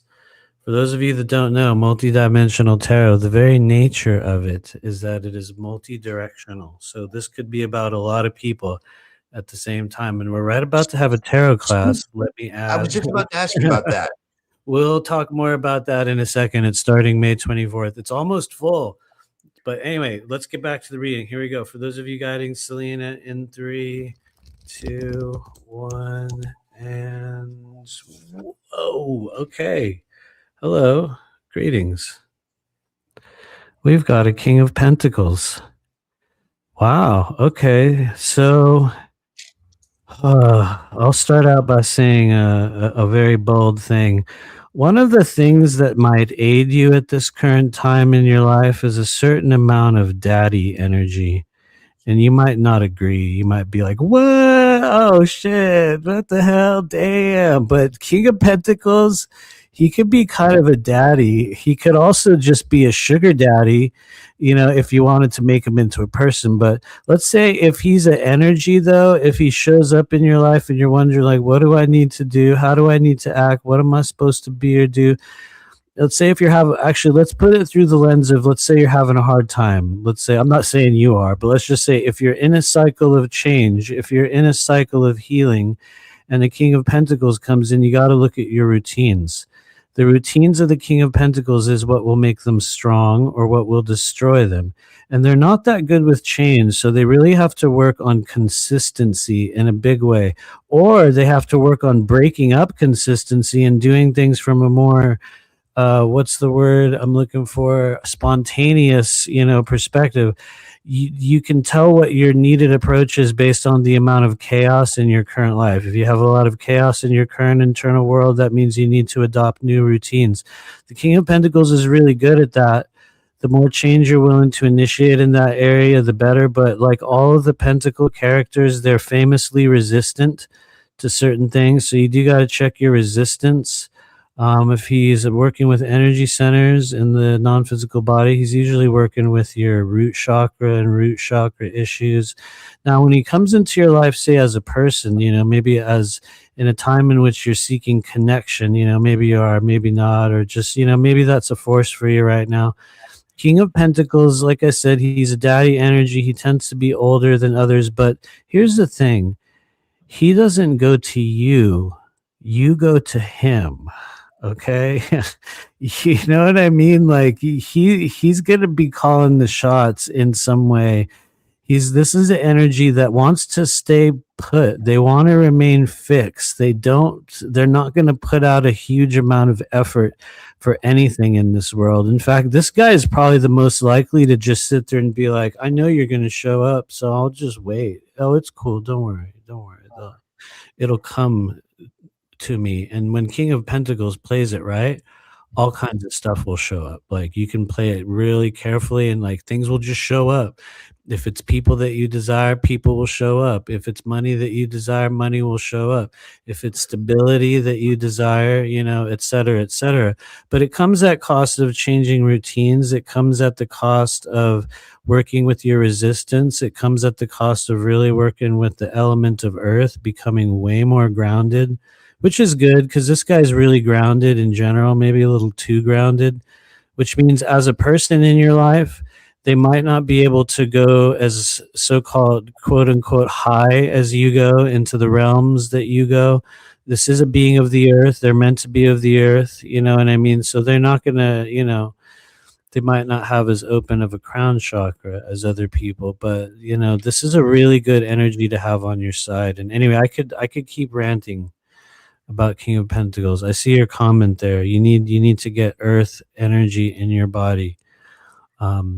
Which can come in the form, it sounds so cheesy, it sounds dumb, but it comes in the form of connecting with nature most simply for people. I know that's not always a thing we can just do, but that is the best way to get the element of earth within you. It's just straight up like connect with nature, connect with, like in the internet age, we say touch grass. It's just dumb, right? It's stupid. But honestly, like if you're wondering, like what does he mean when he says connect with element of earth? Literally, touch grass. That's a perfect way to sum it up. So anyway. Yeah, absolutely. I agree. Yeah. And I hope, I hope that resonates with you, Selena. That was great, man. That was and then the next is Cali Girl. I found her comment and she says here, I don't think she had a question, but she says, Matthew live, yes, and then the rumble heart and the thumbs up and thanks for watching. And Totally. do you? If she has if you have a question, Cali Girl, go ahead, put it in the chat. Like, where in Cali are you? That is the question. That's right. You're from Cali, right? I am. I'm definitely from California, for better or worse. I may return there at a certain point when the politics change and when it's somewhat affordable. Gavin Newsom, right? Yeah, yeah. Although, you know what? No, I wouldn't move back right now. It's not. It just doesn't work. It doesn't work. But honestly, California is a great place. It's no wonder it's so sought after and contested and toxic. You know what I mean? It's because it is actually. But anyway, I've heard a lot of good things about it, man. I've heard a lot of good things about your state. Honestly, like that, it's like I heard it's beautiful and it's like I've heard the beaches are amazing and like Malibu and everything. Like, speaking of which, I got Robert Stanley coming on tomorrow. I know he did a lot of research into those Malibu glyphs or whatever, which is interesting. Really? Huh. Yeah. Interesting. Okay. Anyway, let me get back to this California Girl US. Oh, I see your comment in the chat. My question is, will I be successful in my new career? Do you know what? That's a very smart and well put question. Thank you for giving us something realistic and human to work with. And I'm saying that in a really, really sincere way. I'm like, yeah, cool. That's because every now and then it's like, turns out I'm actually a historical being incarnated inside of a physical body and I'm active on the 7th plane and another psychic told me that. Can you tell me something about it, please, right now? And it's like, whoa, like, damn, all right, bro. You're a starseed. Okay. But anyway, okay. The question is, let's reel it back in. For Cali Girl USA, those of you guiding the soul in the year 2026, we're just looking for anything that can be known about her current career change, if it's a new job or a new path or just, and maybe it's a whole new timeline.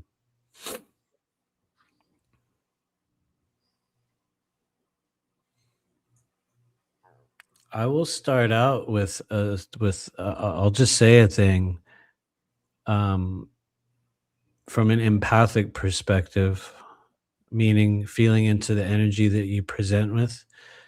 This is a time before you begin this, if it's a job or a new career that you're training for, or wherever you are within that stage, whether you're currently hired or you're about to, or even if you're at the beginning of like, I'm going to go to school for this thing. That's it. I made the decision. Wherever you are in the spectrum of that, please work with your voice.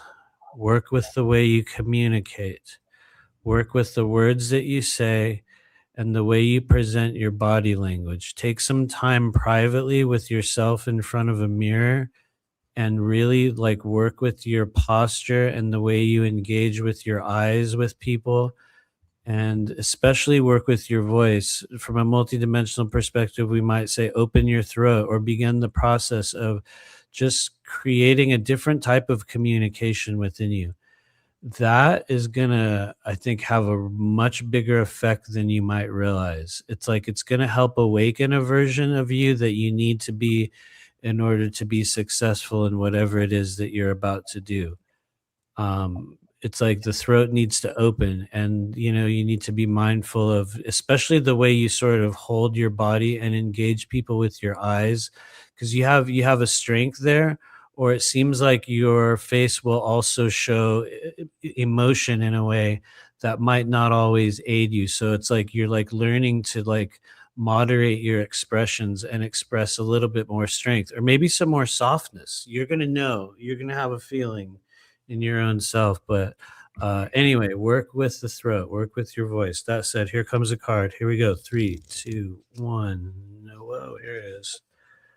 Boom. You got a Queen of Cups, which is cool. Along with that whole weird little message about your throat and your body language energy, I will say maybe you're a person that's been content in the background. Maybe you're naturally not at all, and you're like, oh wait, I'm not a background person. I'm front and center of every moment, because some people are. Whichever version of that you are, you have the Queen of Cups. And so whether you're very reserved and tend to be, as they used to call it, a wallflower, or whether you're very out there and everyone knows who and what you are, the Queen of Cups tends to hold a lot of things back. They tend to hold things back, and it's like they know a lot more than other people. And I think that's a thing you have to come to terms with in your own self, within your own way. Like, you do actually know more than a lot of other people, and you probably notice that in your life, or maybe you're about to notice that. That's one of the kind of problems for Queen of Cups. I say it's a problem because you're going to have to come to terms with that. Queen of Cups oftentimes ends up being a piece of ourselves that's content to just sit in the background and observe everything. With that observation, you're going to get a lot of information, more so than most everyone else. She just knows shit. But the problem is, unless you learn to come to terms with who and what you are on a deeper level, the rest of the world is never going to know either. And as a result, you might stay stuck in the background. Although Queen of Cups isn't in the background, she's just there in the corner, and no one really knows what to do with her.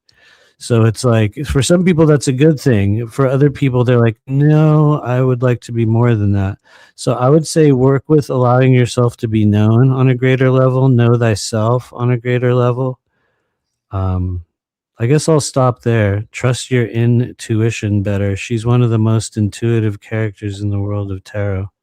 Queen of Cups. She just knows. Wow. Anyway, I'll shut up now. Yeah, I'll stop. That was deep, man. That was great. Let me see here. So the next one is Melissa Vinci. I'm trying to where she was in the chat. Melissa, I'm sorry if you're in the chat. It's all good. I had her here. Sometimes it's hard to find someone. It is. The chat stream is a hard thing to manage. It really is. That's how it is when we do Patreon. It's so hard to keep track. It's like every time you try to write a list, and then it's like for the longest time I never wrote a list, and I started making a list, and then the list changes. You know what I mean? In the midst of it, it's like it's hard. It's a hard. Anyway, okay. How many people do you guys usually get for your Patreon rate? Like, how many you usually? I would say at sometimes there's about, the average numbers is anywhere between, I would say, 14 and 28. When we do the yearly one where it's free for everyone in the world, there can be a lot more.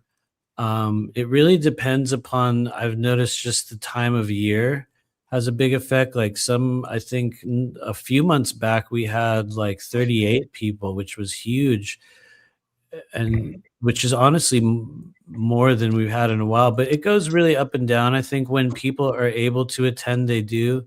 You know what I mean? And I've noticed it's a very regular group, so everyone coexists really, really well. So it's not a problem, but it's very hard to manage the chat. It's very hard. I'm not good at it. So, but anyway, okay. This is for Honeybee and Rusty. Do we have a question? Let me know if you have one. Oh, I see it. General read. Okay, cool. I like your pick as well.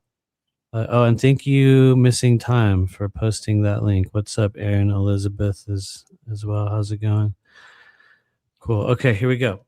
This is going to be for Honey, Bee, and Rusty. Let's just take a breath, everybody. A collective breath.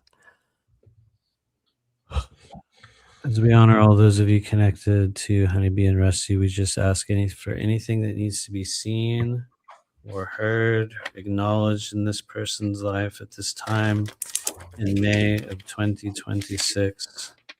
Let me just shuffle again here. We're about to do a tarot class, you guys, on May 24th. And one of the things I talk about in the tarot class is that I'm an advocate of heavy shuffling. I really believe in randomizing your energy, especially when you're learning to do readings. We really have to mix everything up. It's one of the ways that you get in touch with the energy of the cards. It's one of the ways that you distribute your energy through the cards. It's one of the ways that you ensure that you don't keep pulling the same cards over and over again. Although sometimes it's awkward because sometimes the same cards want to be pulled over and over again. And you're like, bro, what are you doing? You were just here. You're just here. Now you're back again. Why? Because you know what I mean? Sometimes it looks random. And I used to watch people doing tarot live streams back in the heyday of Facebook live streams where people would do readings for hours and, there'd be like 1,200 people watching and it's just this random bullshit fest. And one of the things I often noticed was that especially some of the women I would watch, they never shuffled their cards. They would just kind of like move one or two. And as a result, they kept pulling the same things over and over again. And it's like people would rejoice, like, oh my God, I got the same one. Yay. And it was like, I remember watching it going like, wait a minute. You're just pulling the same, you're just rearranging something and showing people the same symbol repeatedly. And it impressed upon me the need to randomize energy. So anyway, sorry, I'm over-explaining. We're in tarot season here. So. Sorry. Here we go. Honeybee Rusty. Are you excited for the class this time before you go? Honestly, I would say yes and no. I would say yes because it's really fun and easy. And I think that honestly, from what I've seen over the 6 years I've done it, people genuinely get a lot out of it. Like you can actually learn how to pull cards and begin to read and understand them. I'm not saying you're going to become a professional card reader, and just like, boom, here we go. But you know what I mean? If you were wondering, like, do I have an ability to do that? Yes. Is there a path in which I could start to learn it in a way where it doesn't matter if you don't know anything about astrology? It doesn't matter if you don't know about ascension. It doesn't matter if you're, at every cool disclosure conference or any of that bullshit. What matters is that you're dedicated to creating a relationship.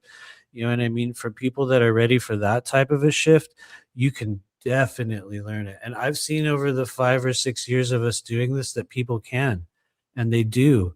You know what I mean? And I'm not here to name anyone's name, so I won't. We're going to pull a card for Honeybee and Rusty. But anyway, here we go. Ready, guys? 3, 2, 1. And oh, hello. Well. Greetings. It's me, the Ace of Cups, which honestly is a beautiful thing. Look at it. Even if you never saw a tarot card in the world and you're like, what is this? What is this trickery? What is this evil? Look at it. You're like, wait, where is the evil? Look, it's just this cup with a giant heart and that's just overflowing, you know what I mean? And most of us would see this and think an image of positivity, and it is. It's very much what it is, but it's also a timeline shift opportunity when it comes to the nature of your relationships. what you share with those that you love, whether that be on an intimate level or even as friendship, has a lot to do with your self identity and what you choose to share with the world at large. And when the Ace of Cups comes around, you can change the whole timeline as it pertains to matters of love, self identity, relationship balance, emotions within the body. You can change everything about those things in your life right now if you choose. If you choose to do certain things, that is, look at your cycles. Notice the repeating cycles in your life and become willing to break them. Notice the things that happen every so often, or the familiar patterns that you return to in cycles of love and cycles of relationship and cycles of self-identity and all the many things that they entail.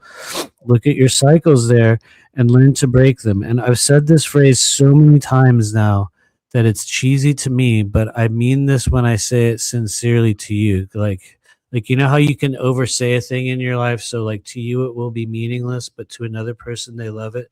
Kind of like how some bands will, like, they're like, I'm so tired of playing that song, bro, but everyone loves that song, so I got to play the song. It's not that I'm tired of saying this, I just say it so much. The thing that you're meant to do when you see the aces in your readings is you're supposed to do the type of things where people that know you would look at you and go, what? No, she didn't.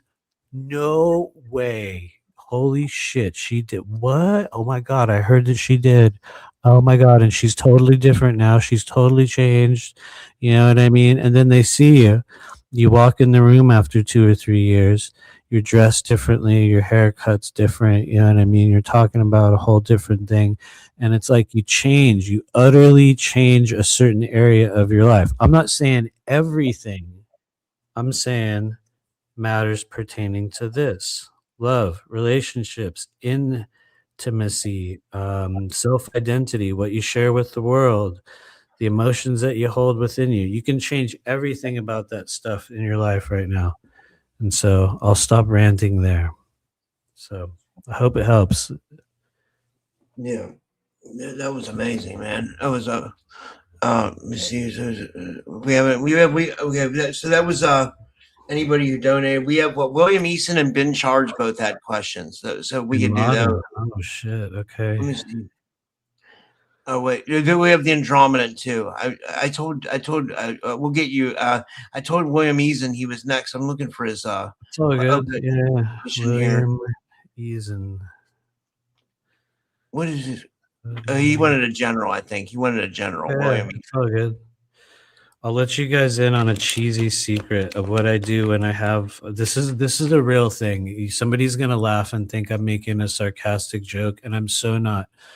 I have a tendency, and I the reason why I'm gonna tell you this is because part of my mission is to help other people learn how to connect intuitively with their own gifts and their own abilities, and ultimately each other. Because it's literally what I do right now every single day.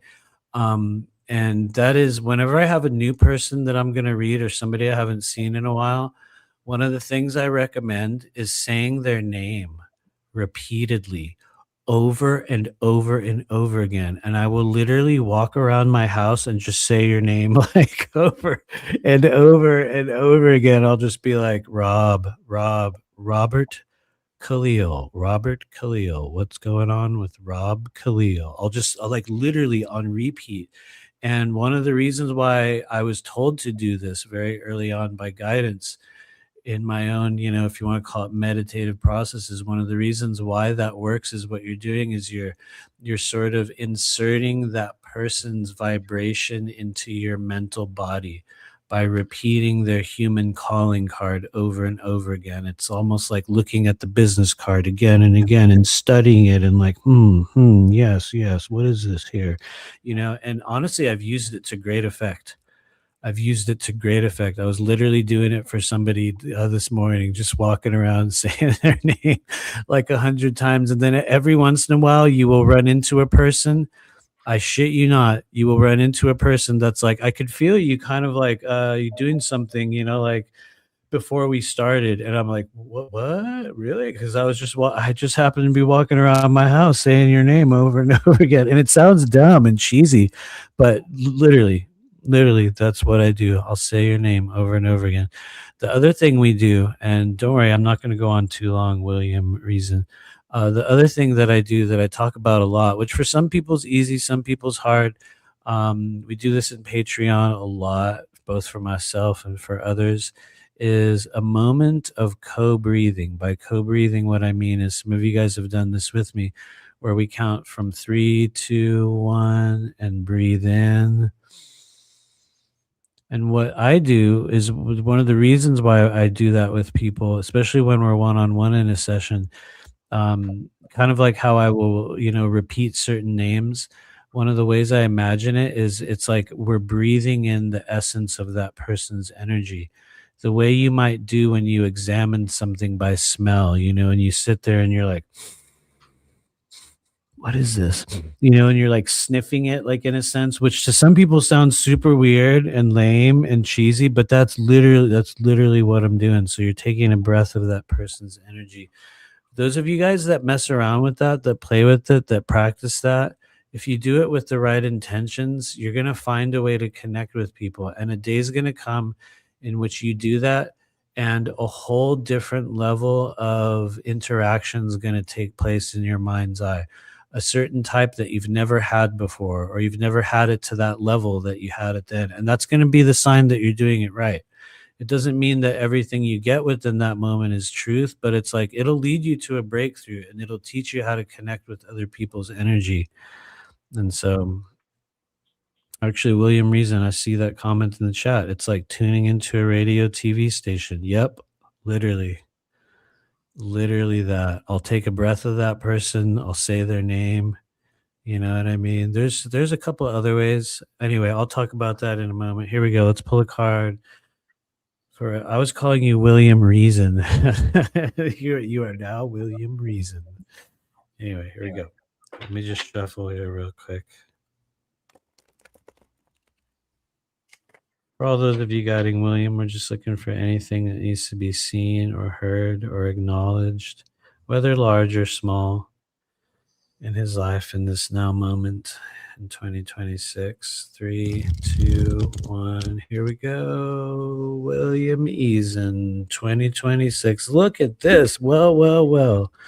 Ladies and gentlemen, it's one of the most feared cards in the entire world of tarot. Most of us, even if we never knew anything about tarot, we've heard of the Tower maybe. If you haven't heard of the Tower, you'll hear about it now. And it looks like a disaster, right? For those that don't know about the Tower, look, it looks grim. Sky's dark, everyone's jumping out of the tower, you know what I mean? It doesn't look like a good time. Historically, it's not. And the thing is, it's like most people will see this and they're going to make a really big deal out of it. And they're going to be like, oh my God, well, look, you really need to look at everything you're building and putting together right now. You need to look at where your efforts are being spent, your time, your money, and the energy that you're investing in the ventures and the causes and the things that you keep putting energy into over and over again, because the Tower will show up in your life and say, are you sure you want to do that? Are you sure? Are you sure? Are you sure you're ready for that? Because, if you keep building it in that direction, it's probably going to fall. It might not fall right now. It might not even fall for 5 years. But whatever you're sort of hatching up or putting together, there's a really good chance that if you take it apart and you move over there across the street or to a different location, or if you build whatever it is that you're trying to accomplish in the now moment in a different location under different circumstances with slightly different materials, you're going to have a way greater chance at success. The Tower doesn't necessitate failure. It just says be careful, because in like traditional tarot, it is failure. In traditional tarot, it is a moment where it's like, whoa, careful, something's not going to work out. And we could just make it that basic and say, hey, something's not coming together. Something's not working out. I'm really sorry. Or we could look at our life and realize that sometimes this is the best thing that can happen to us. You know what I mean? Sometimes something will end, or you'll be watching at times something in your life fall to pieces, and you'll be asking yourself, am I really watching this thing fall to pieces right now? Because it kind of looks like I'm watching somebody, something, or some area of my life self-destruct It might not even be about you. It might be about someone else. And you'll be wondering, is that really happening? You know what I mean? And the tower will be like, yeah, yeah, it is. It's happening. You know what I mean? So it might not even be about you. And the truth is, it can serve as a fabulous warning. It can serve as something that could cause you to save your life. It could serve as something that could be the difference between you wasting a shitload of money or time or effort into something in 2026 and you just are like, well, that didn't work. It could be the difference between that and you going, oh my God, I'm so glad I started X, Y, and Z in 2026 because, oh my God, if I would have done it at any other time in my life, it would have failed. You know what I mean? You ever have those moments where you're like, this was the only time in which I could have, and you look back on it and you're like, wow, maybe that's why I failed all those other times. Those were tower moments, and they can prepare you for what is to come, sometimes in a good way. Or let me be totally real with you on another hand, and I'm not going to define you as this. I'll just say, look at your life and you'll have evidence one way or the other. It's either going to be that or you're going to wreck yourself in some way. I'm just being real. I'm not trying to say you will guaranteed, but technically tower can bring that. Like if it's a real hard and fast one, then you've been like riding it till the wheels fall off. You know what I mean? Let's just say that if there's something in your life right now and you're like, I'm waiting for that wheel to fall off, bro. I'm gonna ride this motherfucker all the way down.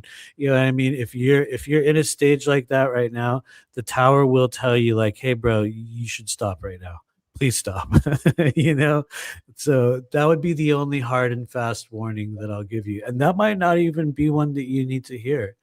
You know what I mean? So don't ever get freaked out about the tower. Don't anyone get freaked out about the tower. Refocus your efforts, rebuild yourself, reinvest yourself in another direction. Pick up your toys, go over there and play with them. Build a house of cards in the other corner where there's less breeze. You know what I'm saying? That can stop a tower moment. So, anyway. It was great for one. Sorry. No, these have been really good readings. We've been going an hour 45 minutes. Should we do a couple more? What do you want? Should we still do as many as you want? Okay. We had someone donate, but I told Ben Charge they would be next, but we have Joanna LeBlanc after this because yeah, totally. We can do bin charge just because bin charge has been on my channel before. I have to call you Bin Laden. So as long as you're okay with that, because I tend to take everyone's screen name and like, as they say, bastardize it into some weird joke of something. So just know I'm gonna call you Bin Laden. That's hilarious. No, I'm gonna call you Tim Osman. Boom. If you know, you know. Your new name is Tim Osman. Wait, who's Tim Osman? Why don't I know that?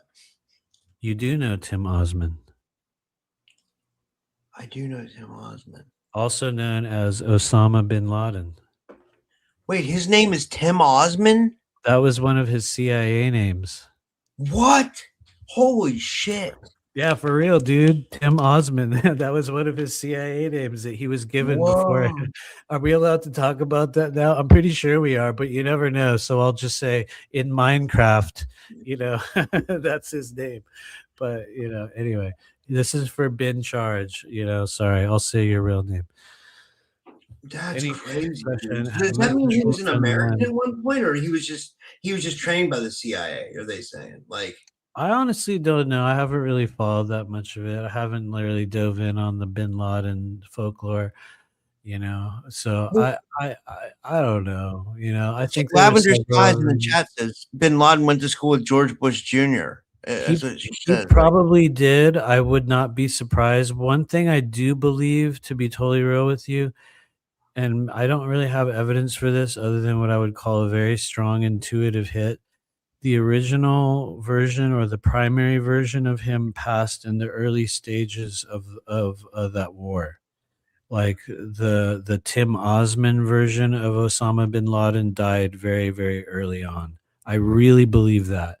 And, what we saw later on in that scripted raid was just another. It was no different than Trump getting shot in the ear. It was a carefully choreographed series of events that no one could possibly ever predict what was about to happen. You know what I mean? It was so amazing and heroic and impossible that, Yeah, uh, Lavender Sky says Bin Laden was from the Saudi royal family. I knew that, and then also oh, Muhammad Atta was one of the things. And remember, I told you about this. Ed Dames, when he came on my show, the Remote Viewer, he said oh that yeah, that Muhammad Atta was living peacefully or something in Saudi Arabia right now, I and he believe was it. supposedly on the flight that landed in Somerset. You know what I mean? Like the one that crashed into the towers or something, but like somehow it was just all scripted, and supposedly a CIA agent picked up Muhammad Atta's passport from the bottom of the rubble at I the know, tower. right? And it was just right there. It was perfectly. It was like God Himself just dropped it off for us. God wanted us to know. You know, You're Yeah, right. I believe that it's something shady. I believe 9/11 is shadier than we can ever even imagine. You know. Oh yeah, I think it is. I think it's on Epstein level when it comes to how much we're ever going to truly learn about it as well. You know Lavender what I mean? Skies in the chat. She's new here, but she's really read in. She says Israel is best friends with the Saudi royal family. I absolutely believe that because I'm not, when I was watching the stuff about the Iran war, I found out that Israel has bases in a lot of those GCC countries, a lot of those Gulf Coast countries. They're Muslim, but they're really good friends with Israel. It's right, Iran who's like the hardcore Muslims that they don't like Israel, like, and some of right. the more hardcore Muslim places like Pakistan and but like some of those GCC countries, they have pacts with Israel. You know. Right, right. I have noticed. Anyway, that said, we were gonna pull a card for bin charge, right? Yeah. Now, I do recall your message, and your question was about a friend that had passed on, and I want to be very forthcoming. I don't do mediumship readings, and I don't. It's just not a thing that I do. It has happened, and it might happen again, but it hasn't been like a big focus. When I think mediums come in many, many different forms. And you can be a medical medium, you can be a multidimensional medium, you can be a medium that works with people that have passed on. There's many forms of it, but I just choose to give that disclaimer because I don't often have any messages from those that have passed on. It's not a thing that I would do. That said, having said that lame disclaimer like statement, what we can do is pull a card and ask all those of you aligned with, all those of you connected with the individual known as bin charge, living or dead, known or unknown, in this life or beyond. We ask all those of you together on their behalf for any symbols, any cards, any messages that need to be seen here today. So we open the door for the possibility that this person might have a little something for us. Sometimes it's a higher self, but anyway, here we go. Ready? Bin charge. It's cool that I remember your name. Usually I forget, maybe because I was saying Bin Laden so much. Here we go. 3, 2, 1. Messages, please. Boom. Okay. Well, you got an 8 of Pentacles, and I'll make it humorous and not humorous. You wanted a message. You wanted a message, and you're going to get one, okay? So 8 of Pentacles, the first thing that you need to know about yourself or the nature of energy in this moment, and maybe you've questioned this about yourself recently. Maybe you haven't. Maybe you've been doubting certain things, or you've been wondering, is that even real? Did that even happen? Was that even a thing? There's no one in the world that could ever look at you as an 8 of Pentacles and say you're fake, that you've done nothing. It doesn't matter what area of your life. I'm sure there's some areas, given everyone has one, but by and large, 8 of Pentacles is remarkably authentic, and they're able to reproduce or recreate themselves over and over and over again. So when we say, if we're looking for a message from spirit, or if we're asking, what do I need to know? What do I need to do? The Eight of Pentacles comes in to say, first off, you're very authentic in some form of interaction or something that you're creating. There's a realness that you hold that you haven't yet fully shown to the world in a certain area of your life. And if it's a message from loved ones or, even the higher self, one of the things that Eight of Pentacles needs to do, maybe not needs, but one of the things they would be greatly aided in doing is, number one, realizing how authentic they truly are. And number two, which is difficult, being mindful that they don't do the same thing over and over again, expecting different results. Because that's kind of a problem that Eight of Pentacles could have. I'm not saying you have that problem, but they'll be doing something and they'll just do it over and over again. And it's very real. It's very authentic, but they just might be recreating the same issues or the same cycles in their life. When the reality is they have a great talent. They're able to produce or embody or create or manifest something that other people take lifetimes to learn. You find that with Pentacles characters in general, that they have those type of traits. You have an authenticity to you, but it needs to be seen in a new place by new people with new eyes. And so if that's a message from those that guide you, they want you to be seen by other people. They want you to be mindful of your repetition of your cycles in your life. And they want you to congratulate yourself on being more real than most of the people that claim to be, real themselves. You've probably been doing that thing longer than they even knew what it was in certain cases. So anyway, I will shut up there. Dude, these are amazing readings, man. You're always you're on point, man. You're like, yeah, like honestly, like, the next one would be Joanna LeBlanc, and I know you know Joanna really well. And thanks, Joanna, for she says, which energy should I embody right now as I'm aiming to reach some major career and financial goals? Okay. Let's feel into it for a few moments as I shuffle the cards. Ben Chard said thank you. She said, wow, thanks so much. Yeah, totally. He or she. I try not to do the, what is it? Don't assume my I mess that up all the time too. I'm sorry. Yeah, I know. My galactic gender. I'm actually a Pleiadian. Did you just say Arcturian? Oh my God. Don't you know? They were part of the Lyran Wars. Don't you know what they did to us? You know what I mean? Don't you know what they did? That's what's being said right now. Everybody's at the Rise of the Guardians conference. Oh, is it? Is it? Yeah, it's going on right now. It was the May 8th, right? Oh, really? Is it? I thought, what's weird? I have a message in my Facebook that somebody asked me if I was there or if I was going, and I'm like, wait, I'm not there. How did you see me there? And so I didn't even know that was now. I was just like, what? So no, that was not me. You probably saw a clone there. If that is going on, you probably saw like a clone version of me. Unfortunately, I'm not among the so-called friend group of people. I guess I'm definitely not one of the guardians. Apparently, you know what I mean. So we'll just keep going. Maybe we'll make it on the Orion Federation conference or something. Actually, no, we probably won't even make it on that one. They'll be like, "What? No."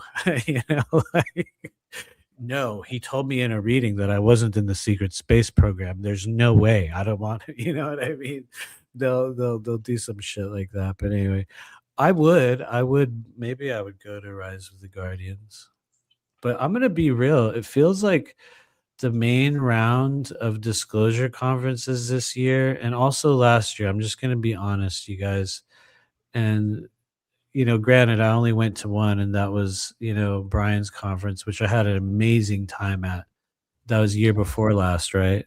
I hope he does it again.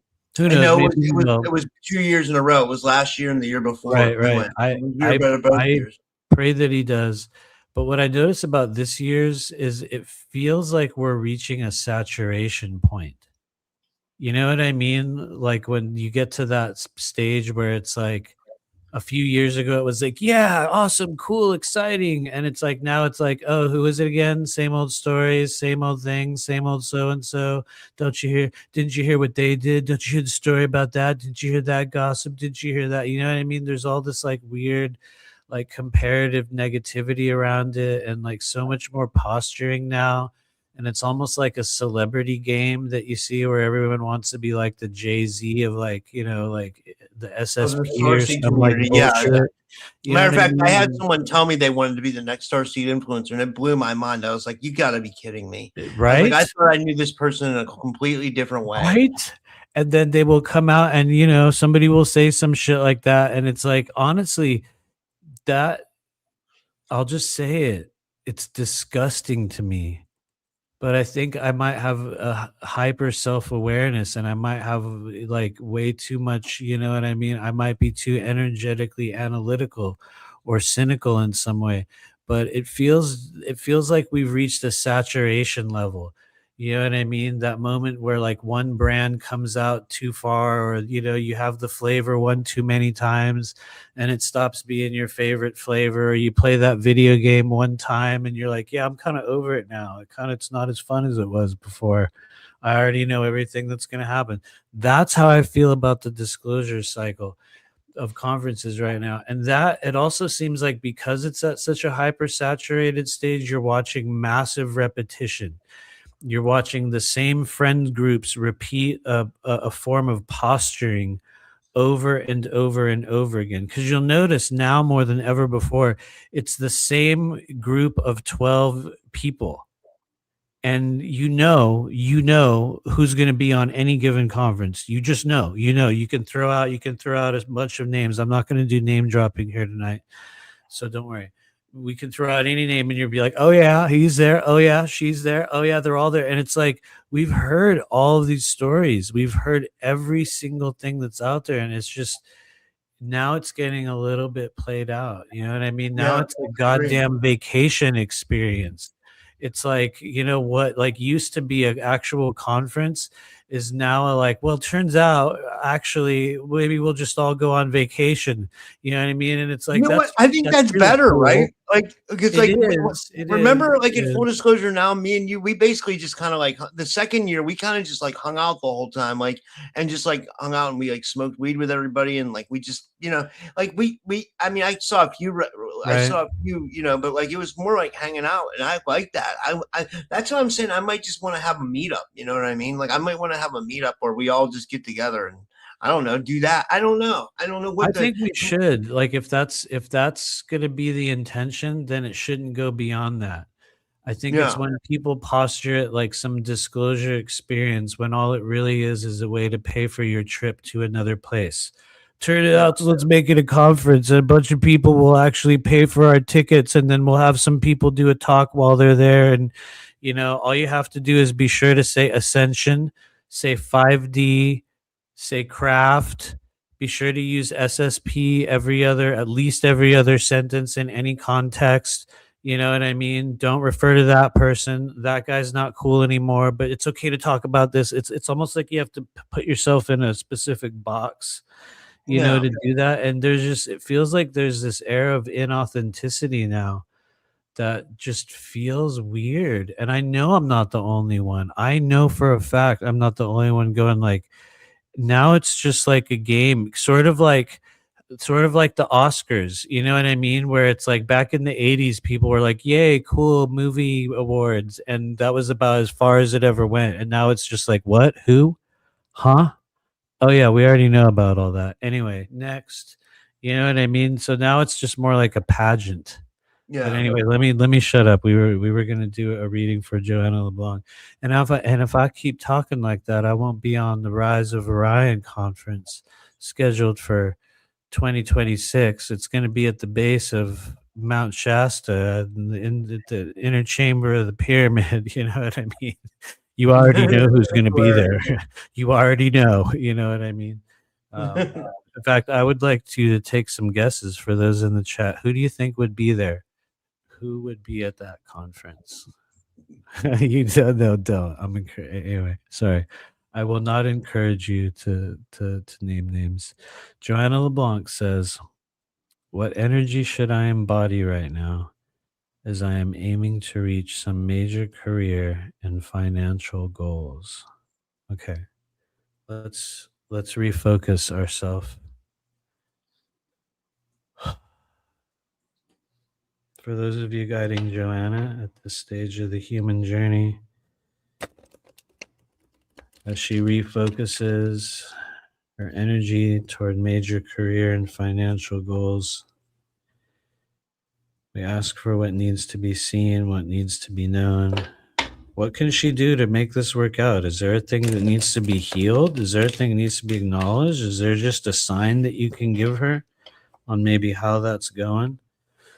This is one of those ones, Joanna, that I prefer, that I prefer to pull like down on the table and then show you. But because I know you, we'll just see it together. Yeah, I mean, there are moments when I'm doing this where I'm like, let's see it together, and then moments where I'm like, let me just look at it first, But we won't do that because you know what I mean. There's so many different symbols that show up that it invites a lot of speculation at times. Anyway, here we go.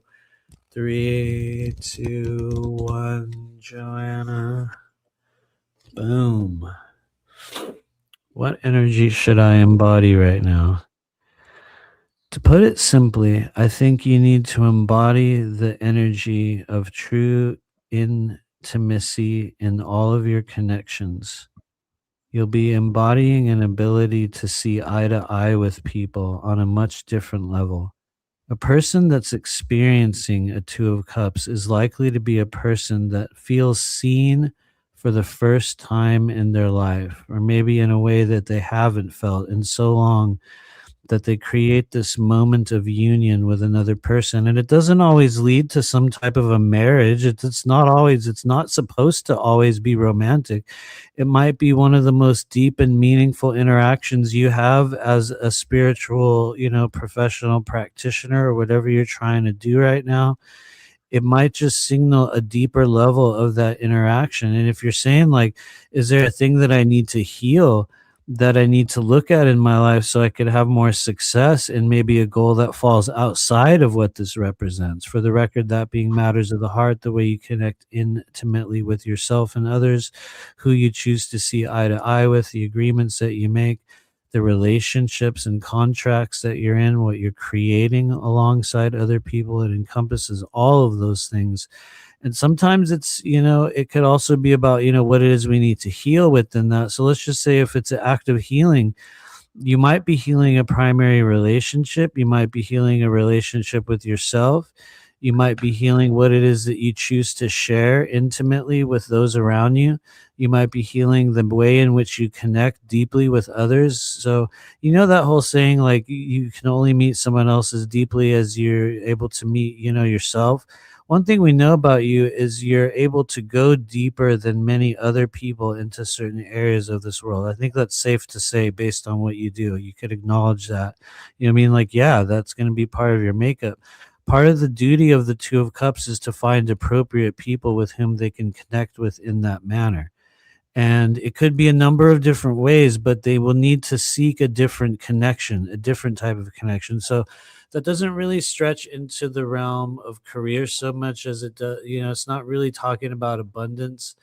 I think it's talking about the agreements that we make with ourselves. I think on some level, it has a relationship with what we deserve or what we allow into our life, who we choose to co-create with.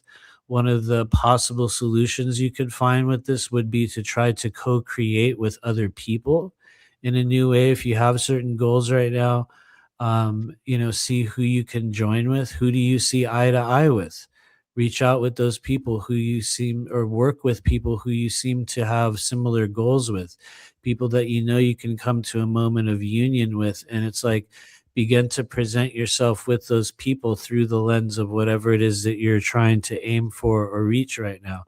And it could also say that the thing that you're trying to aim or reach for is going to come through a relationship in a certain way. And I don't mean like a romantic relationship. I mean the relationships that you generate. It could also come through a relationship that you're about to generate in a professional way. I wouldn't say cups are the most professional of cards, so to speak. They don't necessarily have to branch into that. It's going to be more about your self identity and emotions within the body. And so, there's also a chance that you just need to heal relationships and emotions within yourself. You know what I mean? Technically, That maybe was it could really be deep. that. Anyway, I'll shut up. Sorry, I'm going on and on. Okay, We sorry. went over 2 hours. The only other one I would say was do is maybe the Andromeda, and that's it. Because I Oh feel yeah, bad. He's yeah, been yeah. asking for a It's while, okay. It's and then we'll okay finish for up with real. the I don't Andromeda. mind. And like, I it don't wouldn't mind be a for show real. without the Andromeda, right? Sorry, I didn't mean to interrupt. Like, it All wouldn't good. be a show without the Andromeda. Yeah, Like, no, you're right. It wouldn't. You're right. It wouldn't. um, Um, what's up? Okay. Whoa. What is my energy system like in general reading?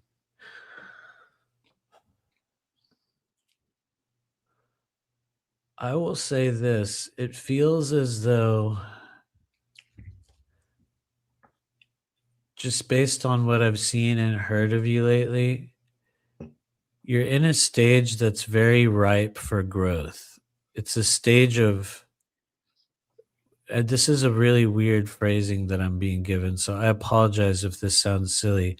There is a great fertility of energy within the body, an opportunity to create or manifest something new, first within the mind's eye in the way in which you formulate thought and then into action.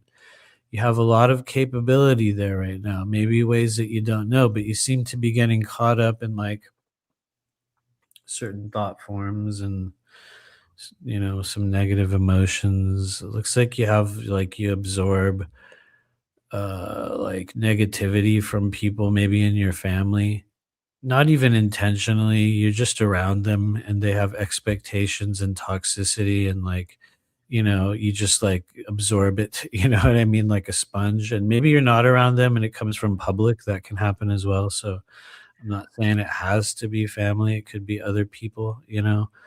But you're just in a time in which I think you could probably do a lot more if you became deliberate about what you wanted to create or understand, and you were willing to go to greater lengths to balance the emotional body. I would say that's going to be the key. Not to say that's the only key, because I often talk about the emotional body, but it feels like that's one of the keys for you. There's a lot. Don't worry, there's lots of others, but let me pull you a card, and then we'll move on from this now moment. Hopefully, I won't pick up the hantavirus during today's broadcast. we forgot to cover that. We forgot to cover that shit. We can don't worry. We can talk about it next time, or we can talk about it before we go. But either way, here we go. Let me just pull this card for Andromedan. For all those of you guiding Andromedan at this current stage of the human journey, anything that needs to be seen or heard. 3, 2, 1, and boom. Hello. Whoa. Hello. Look at this character. This doesn't look like a fun time, right? Even if you never saw a tarot card in your life, you might see a 9 of swords and you'd be like, oh, great. Yeah. Anyway. Yeah, I mean, because it doesn't really look that good. It looks like a lot of worry. It looks like, you wake up in the middle of the night and there's all these swords stabbing your head, and you're like, what the hell? How did all these swords get here? You know what I mean? I'm not saying that's the meaning of the 9 of swords, but you might have a moment like that where you're like, how did I get here? Where did this come from? What do I do about this or that? Or is this even real? Or why do I feel so drained? Why do I feel overwhelmed? Just know that if you've been feeling such things lately, and I'm not saying you're guaranteed to, you might be on the opposite end of this and doing really good. But if you've been feeling confused, if you've had a hard time sleeping, if you've had a difficult time with your thought forms and energies of other people piercing the mind's eye, that's a 9 of swords. It's just it's a lot. It's a buildup of difficult energy that can really drain us and lead to overwhelm. And so, honestly, if you want to get technical with this energy, there's a lot that needs to be talked about. That's one of the greatest ways that we alleviate swords in this life, you guys. Swords are energy. They're not meant to kill you. They don't stab you. You know what I mean? Nobody dies from swords, although technically 10 of swords could be deadly in certain ways. So maybe a little bit there's a physicality at a certain point, but swords tend to be thought forms. They tend to be words. They tend to be just difficulty within the mind, thought forms. Yeah, I guess I just said that. They could be good, they could be bad. They don't have to be all of any one thing. It's just think of it like all the words you've never spoken in this life. Those are going to be swords. Think of swords about the way you use your voice, the way the way you communicate with people in the chat is a good example of people's swords. Some people do sword play, you know what I mean? They play around and joke, and other people are very blunt. Some people are very flowery with their speech. Other people will say something very distorted, and you're like, "What the hell are you talking about, bro?" Those are your swords. That's the way we usually connect with the world is through swords. And so, when you have a nine of swords, you need to clear it up. Maybe kind of try to let go of the busyness of the mind. And yeah, I'll leave it there. I hope it helps. That was great, man. This was great. This was a great show. This was Thank you. dude. I thought this was awesome. You know, um, uh, Thanks, everybody. Any closing questions or anything before we roll out of here? Or do we have any other readings? Was there anyone else? did we miss anybody? I hope we didn't just open a can of worms. Like everybody's gonna pop in the chat and say, "I want."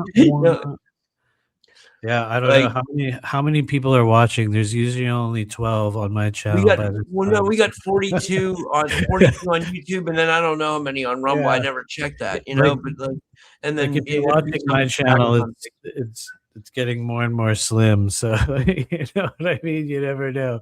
At this stage of the journey, it's like do whatever you want. Most of them are gone anyway. If you're watching our channel, but anyway, that said, yeah, no, we can totally leave it there. While we're waiting to see if there was anyone else, I will say this. To those of you guys that are here watching this show today, and those of you guys that will hear it in the near future, if you're hearing my voice, you're amongst a group of people on this earth, which is to say, literally everyone that has a intuitive ability. You're a person that's living in a time on earth in which, if you're willing to devote yourself to opening that up, you can create massive change in your life. And one of the ways we tend to do that is through the second gateway of psychic activation, which is divination, the stage where we learn a new language with which to communicate with spirit. That's the stage where we learn things like tarot, oracle readings. We begin to work with pendulums. Some people, work with like gemstones, like Gina, you know what I mean? Other people work with, whatever their chosen medium is. In the second gateway, that's the stage where you begin to develop that. And this is a really good time to do so because if you're able to hear my voice, you have an ability. And so we're doing a tarot class. We do it almost every year. It's starting on May 24th. So it's in a couple weeks or something like that. And we meet every Sunday for 7 weeks where you're going to be learning the meanings of every one of these cards, how to pull cards. You'll learn some tarot spreads. You will walk away from it knowing how to pull cards for people. I'm not saying you're going to be able to be like a professional tarot reader, but if there's one thing I can promise people is that if you follow this path that I'm about to show you, it's going to create a relationship change within how you use this tool, and the information will stay with you for the rest of your life. That's literally what happens. It's like you'll pick up a piece of something, and in 20 years, even if you don't read tarot, even if you only play with it for a few months in 2026, in 20 years, you'll watch a TV show, or maybe by that time, it'll be a holographic program, you know what I mean, delivered through your brainstem while you're living in the pod and loving it, you know what I mean? And you'll see an image of a tarot card 20 years later and you'll be like, oh, I know what that is. That's the Nine of Swords. Oh my God. You know what I mean? It's like pieces of this will stay with you. And I believe anybody can use this knowledge to enrich their human journey and intuitive awareness. And so anyway, I'll shut up now. It's been a long time. But if you want to join us, you can join us over at rememberyourmission.com. There's only 12 spots. And at this present time, I believe there are either 4 or 5 left. I'm not sure. There's either 4 or 5 out of 12 spots left. So join us if you are ready. I'll shut We up. had we just had one more question. This was from Rainbow Yeah, Flame. yeah. I hope you're still Yeah. watching Rainbow Flame. She says she just wanted to know what her general energy was. Was her Okay, question. yeah, no, totally. It is all good. This is literally the only thing I do, you guys. So it's like, like I would probably go on and on for hours, which is not necessarily healthy. Well, if you want to get technical, it's I'm gonna go not pee real quick. necessarily. I'm gonna go pee real quick Yeah, while you yeah, answer the yeah, question. yeah. Yeah. No, totally. I'm Like muted. sometimes, I would say the most readings that I ever did in a row was in the year 20, I think it was either 2017 or 2018. And when you do this work every now and then, you'll become sort of like an expensive pet for hyper rich people. And because I was living and working in, Los Angeles at the time, I came in contact with some of those people. And some hyper rich older woman became super obsessed with me, and I ended up doing readings for her, like, oh god, like so many, it's ungodly. She was just almost abusive with how she used my time, but she paid. So for a lot of us starting out, you're like, okay, I'll do it. And that year I read at her birthday party, and I want to say it was between 30 and 40 people all in a row with no break. I think there's a good chance that there was more people than that, because it was an entire house filled to the brim with people. There was people Whoa. that I did readings for there. That one guy was a federal judge, and he was very like pompous about it. That's how I knew he was a federal judge. He's like, I'm a federal judge with the something something circuit of blah blah blah. And I was like, okay. And like, great, thanks. There's like 20 people outside. Anyway, and they would come in and sort of try to puff themselves up. One lady came in, and she seemed like, she honestly, like, looking back on it, I'm like, did you get trafficked? What happened to you?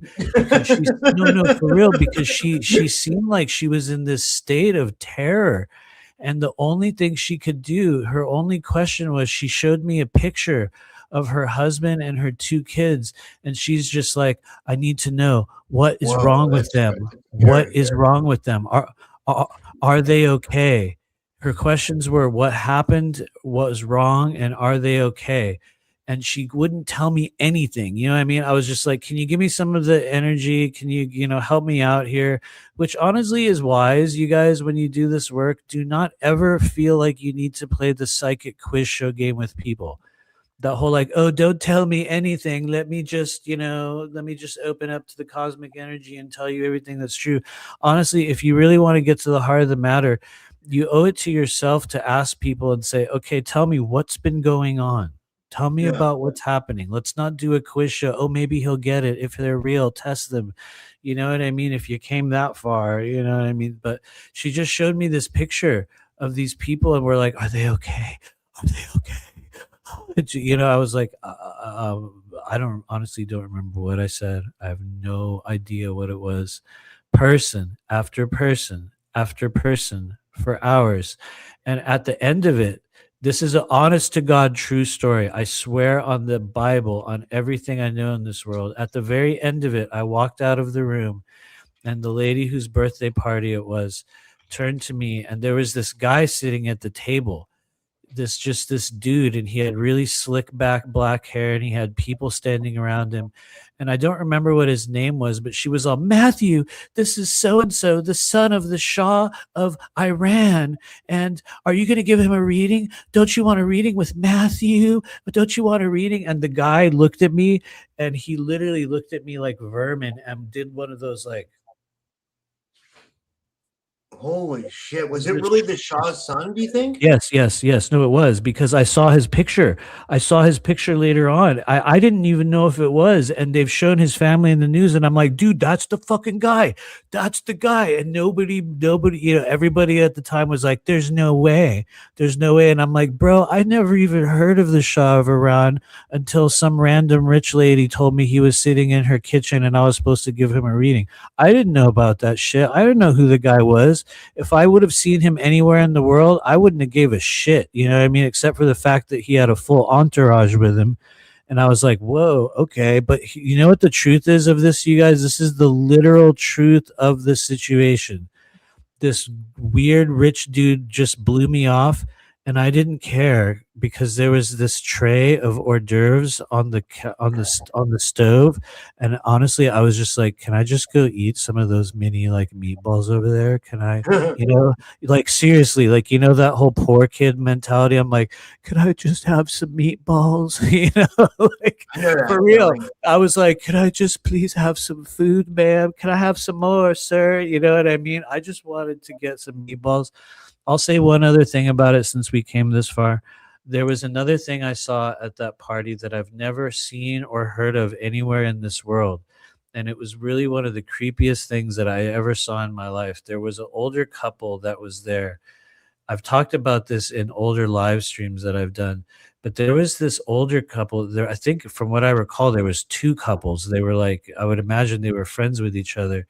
And these people came in, and if I didn't know better, I would say that for real, not in a comical way, they were literally dead or reanimated by some non-living being. It was Whoa. like there was these super gray, almost green skin, super old people sitting at this massive banquet table, which of course I couldn't sit at because I wasn't a guest. I was just the psychic in the little room in the back. But as I was walking around getting drinks at one point, you know what I mean? I saw these people sitting at the corner of the table, and it was like they had these sort of handlers with them, these like, you know, Filipino nurses type people that were like literally holding their heads up, and they Mhm. would hold their head and like put it near the food, and they would like hold the food, and the old man would be Whoa. like this super slow, like, I swear to you, you guys, I swear on everything in this world, on a million Bibles, I stood there and I looked at these people and I was like, "What the fuck is this? Is this like the living dead? Like, what is this shit?" And it was like they had like handlers with them propping them up and like, you know, like almost like reanimating them. Like it was almost like I could imagine them giving them these huge injections of something, and like they just go, you know, and they come back to life for a minute, you know what I mean? In this weird sort of way. And honestly, it shocked me and it scared me like deeply, like genuinely triggered me because I was just like, never seen anything like it, never heard of anything like it since. And then it was funny because I turned the corner in that moment and I just happened to run into another random woman who would come into the store that I was working at. And I mean a lot. Like where I was like, whoa, I see you all the time and you're here. Whoa. And I remember seeing her at that party right after I saw the Living Dead people. And I tried to say hi to her and I was like, hey, Brenda, what's up? And she did that whole like, I don't know you. Boom. And like looked right through me and just walked on by. And I was like, oh, okay. It's like, all right. Yeah. Anyway, let me just shrink back into the little hole of a room that I came from. It was a weird, weird experience. The son of the Shah of Iran was there. The literal Walking Dead was there. It was a weird thing. Anyway, we're doing a reading for Rainbow Flame. Sorry to make you wait forever. But that was a hard one. It was a hard one. Weird experience, man. That's interesting. That's so interesting. Like it's Anyway, here we go. This is for Rainbow Flame. We're just going to pull a card for you. All those of you connected with Rainbow Flame in this now moment, just a general reading for the moment. 3, 2, 1. Oh, hello. We've got a 6 of Swords. The 6 of Swords just entered the chat, Rainbow Flame. What would that mean? I hope you can see this. It might be blurry on your screen. This is the 6 of Swords, and just so you know, that's you in the boat right there. You've got a lot of swords with you. You're on a particular type of journey right now, but you don't have a way to row yourself across the water. If you look closely enough, you might notice there's an apparition. Maybe some might say a spirit in the boat with you, directing your journey, taking you across to the next step of your mission or whatever it might be. And so when the Six of Swords shows up, this is a moment in which spirit or your guides or the higher self, or maybe even just, us in this now moment, the message is that you need to have faith and keep doing what you're doing, that you need to push ahead right now. There's going to be certain needs, there's going to be certain concerns, there's going to be certain worries that you have, that you're going to look at your life and you're going to go, how will I ever?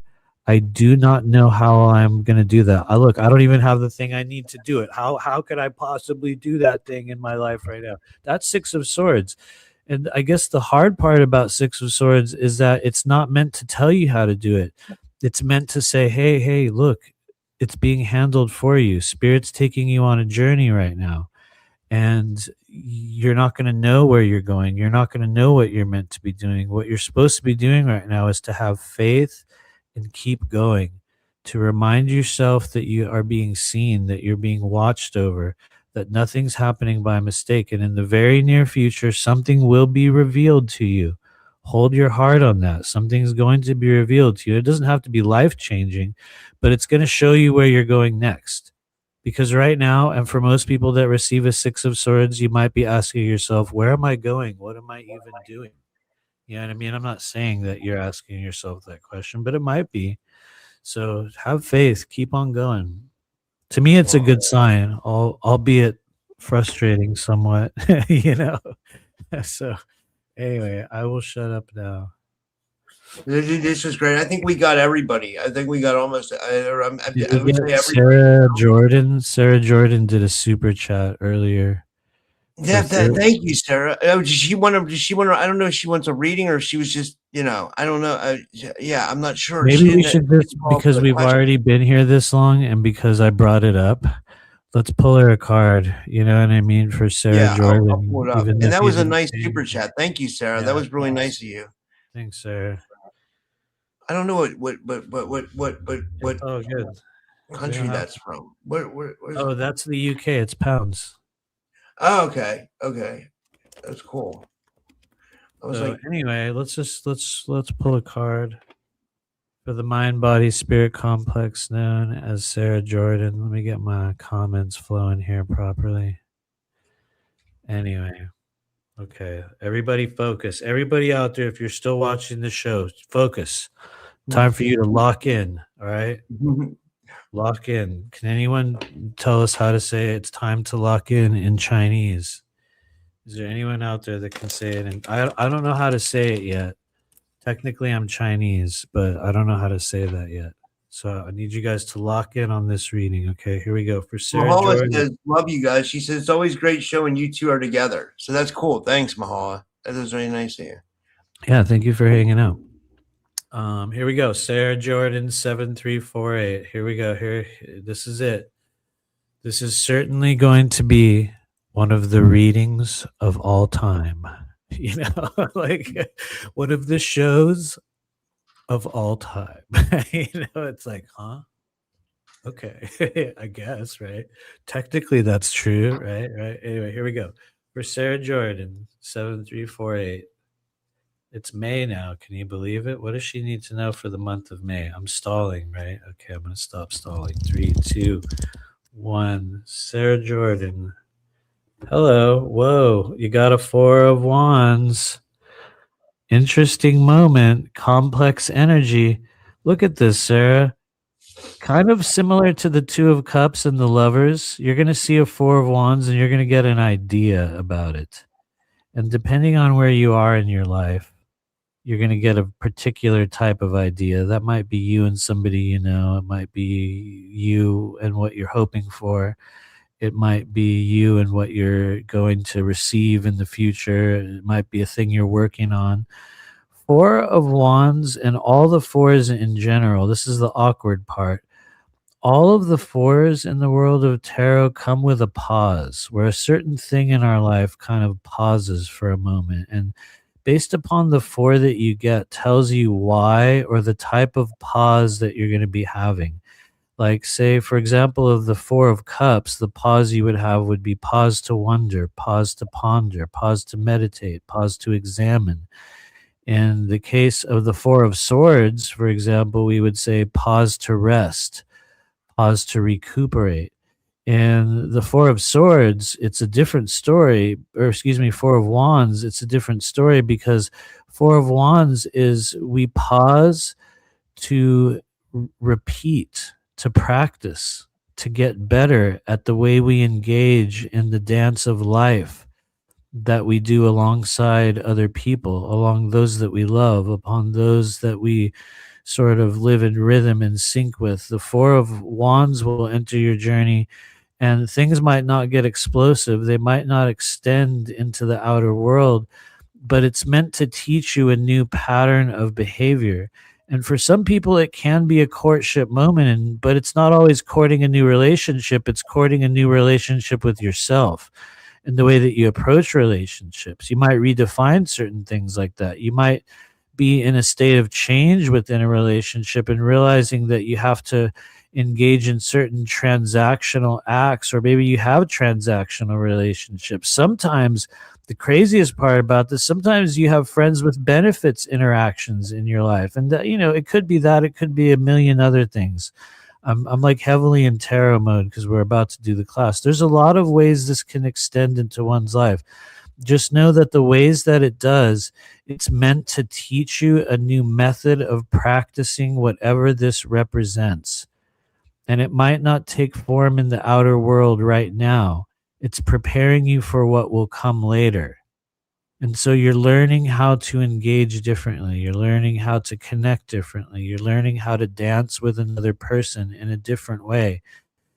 Ultimately learning how to do that with yourself and breaking down barriers in your life when it comes to relationships, when it comes to opportunities, when it comes to things that you do behind closed doors that are ready to be seen by the outer world. It goes a lot of different directions. The stage of 4 is a weird one. In the world of multidimensional tarot, each one of these numerical cards are a stage that we go through as well. And all the 4s, we pause to do something. So look at other things that are on pause in your life as well. And anyway, I'll shut up now. Dude, this is amazing, man. This is an amazing show. This is really good. Yeah, thanks, guys. Yeah, thanks, Jerry. Yeah, Jerry says like, share, subscribe, support. Thank to anybody who donated. Yeah, and thank you everybody for showing up today. We went a long time. We went 2 hours and 30 minutes. Sorry, and I did a show right before this too. I know you did. She was cool. This was the evening of like remember your torch and then remember your mission, which I will say. Katie was really cool. I did a talk on her show recently, and honestly, I'll say she's definitely for real. She's a very legit person. So good luck out there. She seems nice. Like she's like really serious. She takes these topics seriously, Yeah. She's definitely very authentic in my interaction with her. But anyway, that'll be a conversation for another time. For those of you guys out there that want to join us, you can find me at rememberyourmission.com. If you want to join our multidimensional tarot course, you can do so. It's starting on Sunday, May 24th. Once again, 7 weeks in a row. Every Sunday, we're going to be gathering to learn the art of multidimensional tarot. You're even going to learn what organs the tarot cards apply to. You're going to even learn what chakras the cards apply to. You're going to learn a lot of information. So join us if you feel called. That's at rememberyourmission.com. You can subscribe to my channel on YouTube. You might get unsubscribed by the hostile algorithmic AI that's been haunting my channel. It's just hanging around, messing everything up. So, but you can find me at Remember Your Mission also on YouTube, which we do a weekly show now. It's pretty regular. We're in episode 22. Rob's on show 2600, and I'm on. Actually, I think I'm like in the 200s on videos in total, which is nothing. But we're on episode 22 of an ongoing book reading project that we've been doing, which is fun. It's awkward. It's been a really fun journey. So you can join us right now. We're doing Thursdays at 3 p.m. Central. Because there's less other people online at 3 p.m. Central on Thursday as other times. So, but anyway, you can find us over there. And then lastly, we meet every single month. If you have enjoyed this reading, if you want to get a reading, if you want to be guaranteed to get a reading every month, we do this in Patreon. every single month for 6 years straight. We've been doing this with myself and my wife, Honora, who secretly is way better at doing readings than I am. Well, people that go to that meeting already know. They're like, oh, yeah. Everybody asks for Honora, which is smart. I would too. But you can find us on Patreon at the Blue Flame Collective. Technically, you can also go on Patreon and search for Remember Your Mission, and that'll take you there as well. But we meet usually the second Saturday of every month. We do just a live meeting over Zoom where everyone hangs out for like 2.5, maybe 3 hours, and everyone gets a reading. And then we do an energy clearing the last Sunday of the month, which is a meditative process that we engage in. And so you can join us if you want a fun and low cost way of like getting into being acclimated with authentic intuitive work. If you want to find out the real thing without getting weird attachments or having power wielded over your head or some weird parasitic game where you have to believe what I believe, let me tell you, if you want to be free from all that bullshit, it's a fun way to engage because you won't get any of it. You will not get any of it, which is cool. Anyway, I'll shut up now. Those are the places you can find us. Thanks for hanging out, everybody. All right. Thanks, guys. I'll see you guys tomorrow. I think tomorrow I have Ani and Robert Stanley. So it should be a good night tomorrow, too. So we'll see what tomorrow brings. And all right. Good night, everyone. Have a good night. And I'll see you tomorrow.